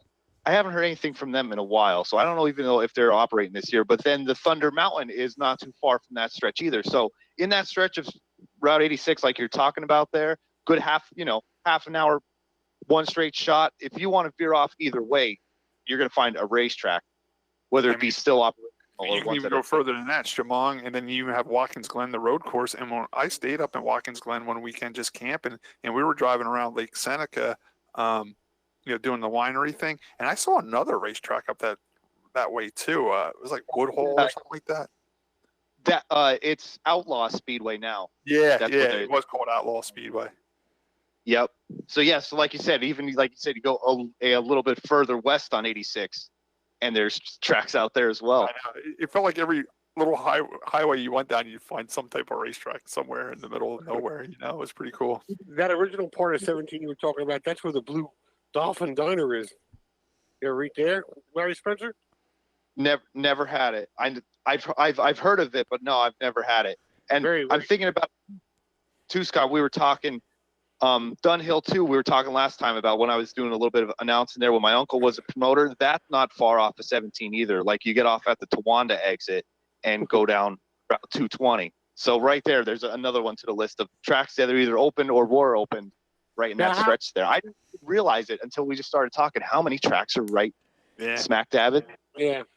It's easier to forget how many tracks are gone now too, Oh, for sure. Once you get started and like you were saying, Dale Jr. puts his name behind it. There is the amount of content. I mean, think about the number of places that we just named off here in this, 10-minute, 15 minutes. Even worse down south. There was racetracks in every town down south back in the 50s and 60s. So he's got endless shows he can do down that way. Matthew Dillner's big into the Lost Speedways too. So that's how it got started. Matthew Dillner was kind of doing it as a hobby before Dale Jr. Here's one. How about the Spencer track you guys used to have at the junkyard? Is there anything left of that? No, that's when one of the floods came, how it was everything was on the one side, like closest to the river, but they had property across from Route 11. So kind of over time, the floods kept coming in, and they pretty much lost that side closest to the river. And I'm pretty sure that that's right where the track was. I never made it to one of those when they were having them there, because I mean, they actually had them on TV one time with the Speed Channel. I remember that. Yeah. I remember. Yeah, like Tony Stewart went there and everything. Yeah, there's a great story. Now I don't know how much is urban legend. It'll 2 minutes. I don't know how much is urban legend. I don't know how much really happened, but I know for sure that Dale Earnhardt used to go down to run that Junkyard 500. And the one year they said, I don't know who hit him, but somebody hit Dale, pushed him right off the track, right? You know, clear off. There's obviously no walls if it's just the dirt in your, you know what I mean, dirt in the junkyard. So Dale got pushed off the track. Jimmy's brother stopped, picked him up. He said, all right, Ed, I need a ride. Dale said, no, I don't ride with anybody. Move over, Ed. So they ended up coming back. Dale took Jimmy's brother's car with Jimmy's brother Ed riding passenger, and Dale wrecked his first car out, hopped in, said, nope, scoot over, boy. Took that second car out. Like I said, I don't know how much is urban legend, but I do know that I've seen pictures of him at the Junkyard 500. So I know he was there. So I don't know how much of it is urban legend, how much is truth, but they always say a good story doesn't matter, you know? Now, one of the main questions I was asked after you were on here the first time, people say you should ask, does Jimmy Spencer still live in North Carolina, or is he back in Pennsylvania? He still has his place in North Carolina, but the majority, I'd say it used to be more 50-50 within the past couple years. He's been, mainly since his dad passed away about 4 or 5 years ago now, he's been more up on the day-to-day operations of the junkyard. Him and my cousin Eddie they have their own car lot in West Nanticoke, about 15 minutes north of Berwick on Route 11. Ed and Jim's Used Cars, pretty clever name. But so yeah, it's just like Roman Towing, man. I had a lot of thought in that name. Yeah, so he's a lot more often. But I know that his daughter and his son still live down in North Carolina anyway, so he is still down there. But a lot of his time up there. I always heard he was big into the RVing thing. Like he travels a lot in a motorhome. Yeah, it's weird because like he almost went through these phases after he retired. I know he did was the TV. garden. They were making fun of him. He was into flowers at one point. Yeah, he was big into flowers, big into it. And then after that, it seemed like when his nephew Braden, which would be my third cousin, somewhere along the line, but his nephew's son was running a 4-cylinder and running a street stock in the last couple years good. At Evergreen. Jimmy was more into, okay, I'm going to help on the car. You know what I mean? Like he was transitioning more into that point to where he was not getting back into it, but he made him more than once or twice made an appearance over at Evergreen when his nephew was racing. Well, one quick question, and then I got to get going because it's almost 11 o'clock at night. I listen to the Dave Moody show on NASCAR radio, and people always call in and be like, this guy belongs in the NASCAR Hall of Fame. This guy doesn't belong in the NASCAR Hall of Fame. And I think Jimmy Spencer belongs in the NASCAR Hall of Fame. And I even kind of like wrote some stuff down one time because I was going to call Dave Moody, and I wanted to have an argument because I know he'd probably say, no, he's not worthy of the NASCAR Hall of Fame. Number one, he does have cup victories at Daytona, which is huge. Not only that, but he won NASCAR Modified Champions just like Mike Stefanik did, and Mike Stefanik's in. He's got 2 cup wins. I mean, we got Wendell Scott in there with 1 cup win, so Jimmy's got more wins than him. From what I remember, he's got wins in all 5 top NASCAR series, where they always say, oh, this guy's got wins in top 3 series, meaning truck, Xfinity, and cup, where Jimmy Spencer has that. He has wins in trucks, Xfinity, and cup. He also has wins in the modifieds and like the Busch North stuff, which is considered the K&N East now. So he really got technically wins in all 5 NASCAR series. I think him and Steve Park and probably Stefanik are the 3 that have that. But Stefanik don't have the cup wins though. But now let's bring in also what Spencer did post racing with as far as announcing and stuff like that, because you talk about which I know some of it was all that stuff. Look, I'll admit his crying towel thing was gimmicky and stuff like that, but People loved it. People loved it. You know. but it was engaging. Yeah. So if he's helping the sport, so that's why I don't think that. I think other than him having a cup championship, I mean, he has the 2 modified championships, and who knows how many modified championships he could have won. He didn't want to be the next Richie Evans. He wanted to move to the Cup Series, so he did move to the Cup Series when he was winning his modified championships. But I think he hits every target point for being a Hall of Famer, other than he doesn't have a Cup championship or 25 Cup wins. But he does have 2, and I think they were both at Daytona. Maybe one was at Talladega, one was at Daytona. I really don't know. Larry might know. But he hits all the bullet points. He had a long career. He won tons of modified races, championships, Cup races. Like I said, all 5 series. And even after his driving career was over, he still stuck around another 5-6 years and did the TV side of things. And he did a real good job on the TV side, just like a Benny Parsons or a Ned Jarrett did. I think he should be in the Hall of Fame. He never even hear his name brought up for it. Well, it just like a lot of people, I know everybody praises Redneck Jesus, Dale Jr., and I'm not saying that Dale Jr. should not at all be in the Hall of Fame. He shouldn't be in just based on his racing, because Dale Jr., I think, underperformed overall racing-wise, but as Larry said, he's NASCAR's best asset right now because people listen to him. And he does have a genuine love of the sport, and he wants to further everything, whether it be saving history. What I'm saying is, in my eyes, I think there's people in the NASCAR Hall of Fame right now that has done less for the sport than Jimmy Spencer, and it's a shame you don't even hear Jimmy's name brought up. I kind of want to call him the Dave Moody show, because Dave Moody's on the panel for the voting panel for the Hall of Fame. I want to see if his name's even on the ballot, if they even consider him anymore. You know what I'm saying? I would argue a very long time. That's what I'm saying. Like, ultimately, as far as getting into the Hall of Fame, I think yes to Dale Jr. and yes to Jimmy Spencer. And the Dale Jr. thing, it really, both of them, it's because of the love for the sport and that they've done things to further and enhance the sport, not necessarily their on-track talent, regardless of whether or not he drove my 57 Heinz paint scheme. Larry, I don't know if you know this, but Josh's factory stock was painted like Jimmy Spencer's 57 Heinz ketchup car. I think to answer one of your questions, Josh, is why Dale Earnhardt got in. We've had this discussion before. Why he got in as soon as he did is because he is still relevant. And the people that are watching the races now want to bring their kids there, and they want to show them Dale Earnhardt Jr.'s car. And I bet you 90% of the people that walk through those doors buy a Dale Earnhardt Jr. Hall of Fame shirt. You know what I'm saying? Oh, yeah. Relevant.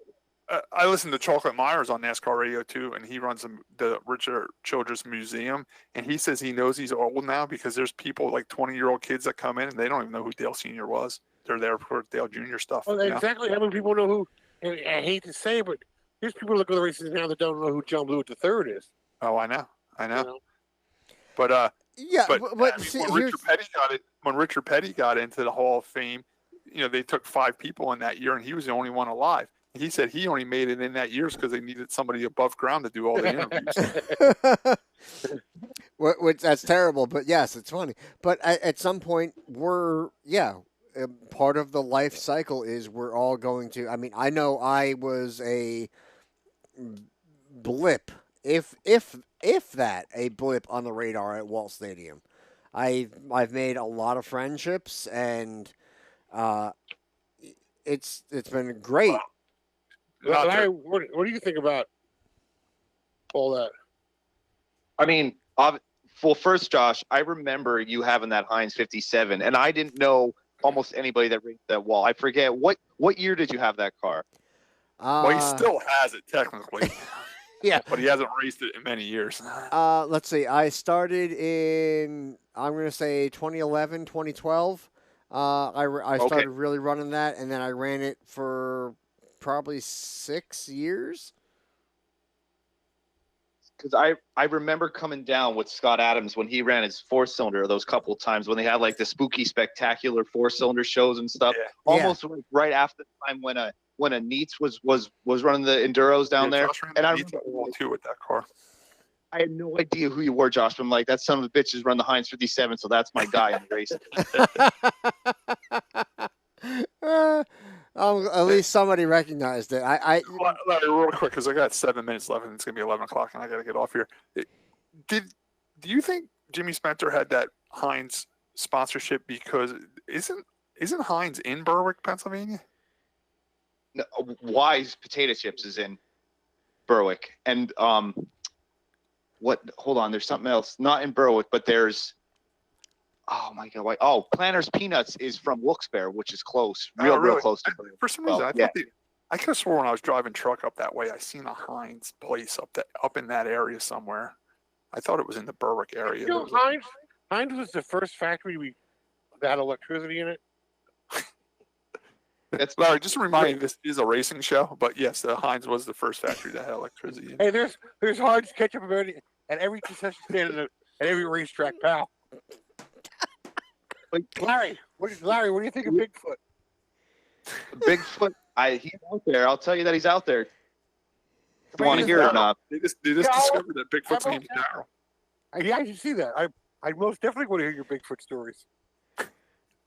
I don't sadly have it, but I gladly listen to yours, Tim. All right, guys, I got to get going here. We all agree Jimmy Spencer should be in the NASCAR Hall of Fame. We also agree that Larry Spencer III will probably never make any type of Hall of Fame. So sorry about that, Larry. I'd be happy to make it into the RPM Podcast Hall of Fame.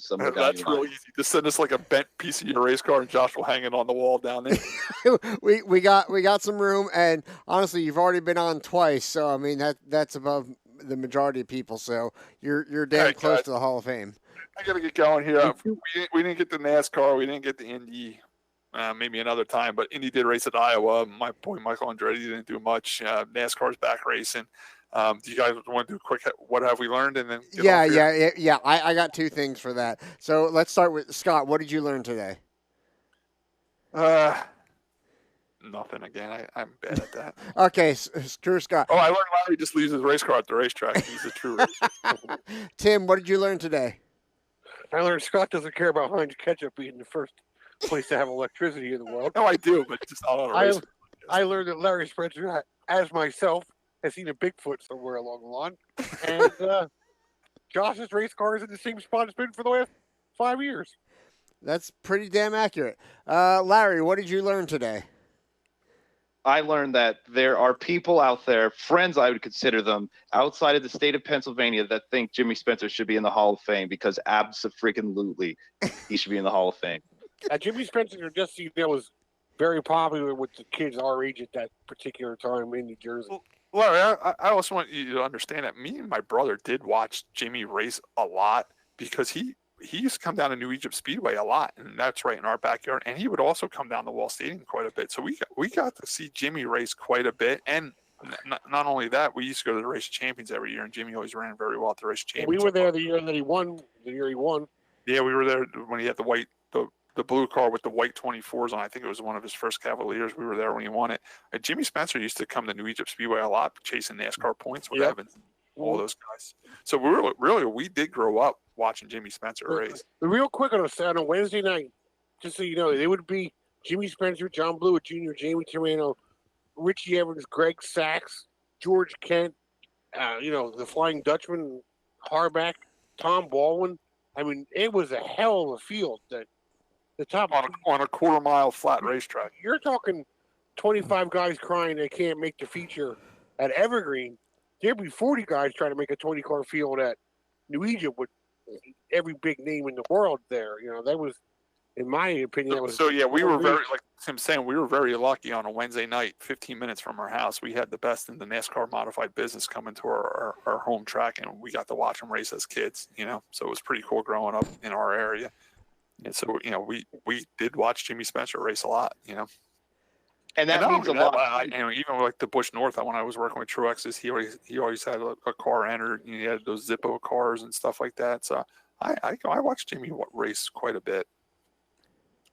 And that certainly means a whole. I mean, obviously, my biased opinion on the whole matter. Oh, look, my brother got the Meineke car right there. Look at that. That was the best he ever did. The best he ever finished in points was in that 12 car, 12th in points in '93. We could do a whole Jimmy Spencer podcast, really. get on one of that. It'll be 2 a.m. But I need a my last towel thing if we're going to do that.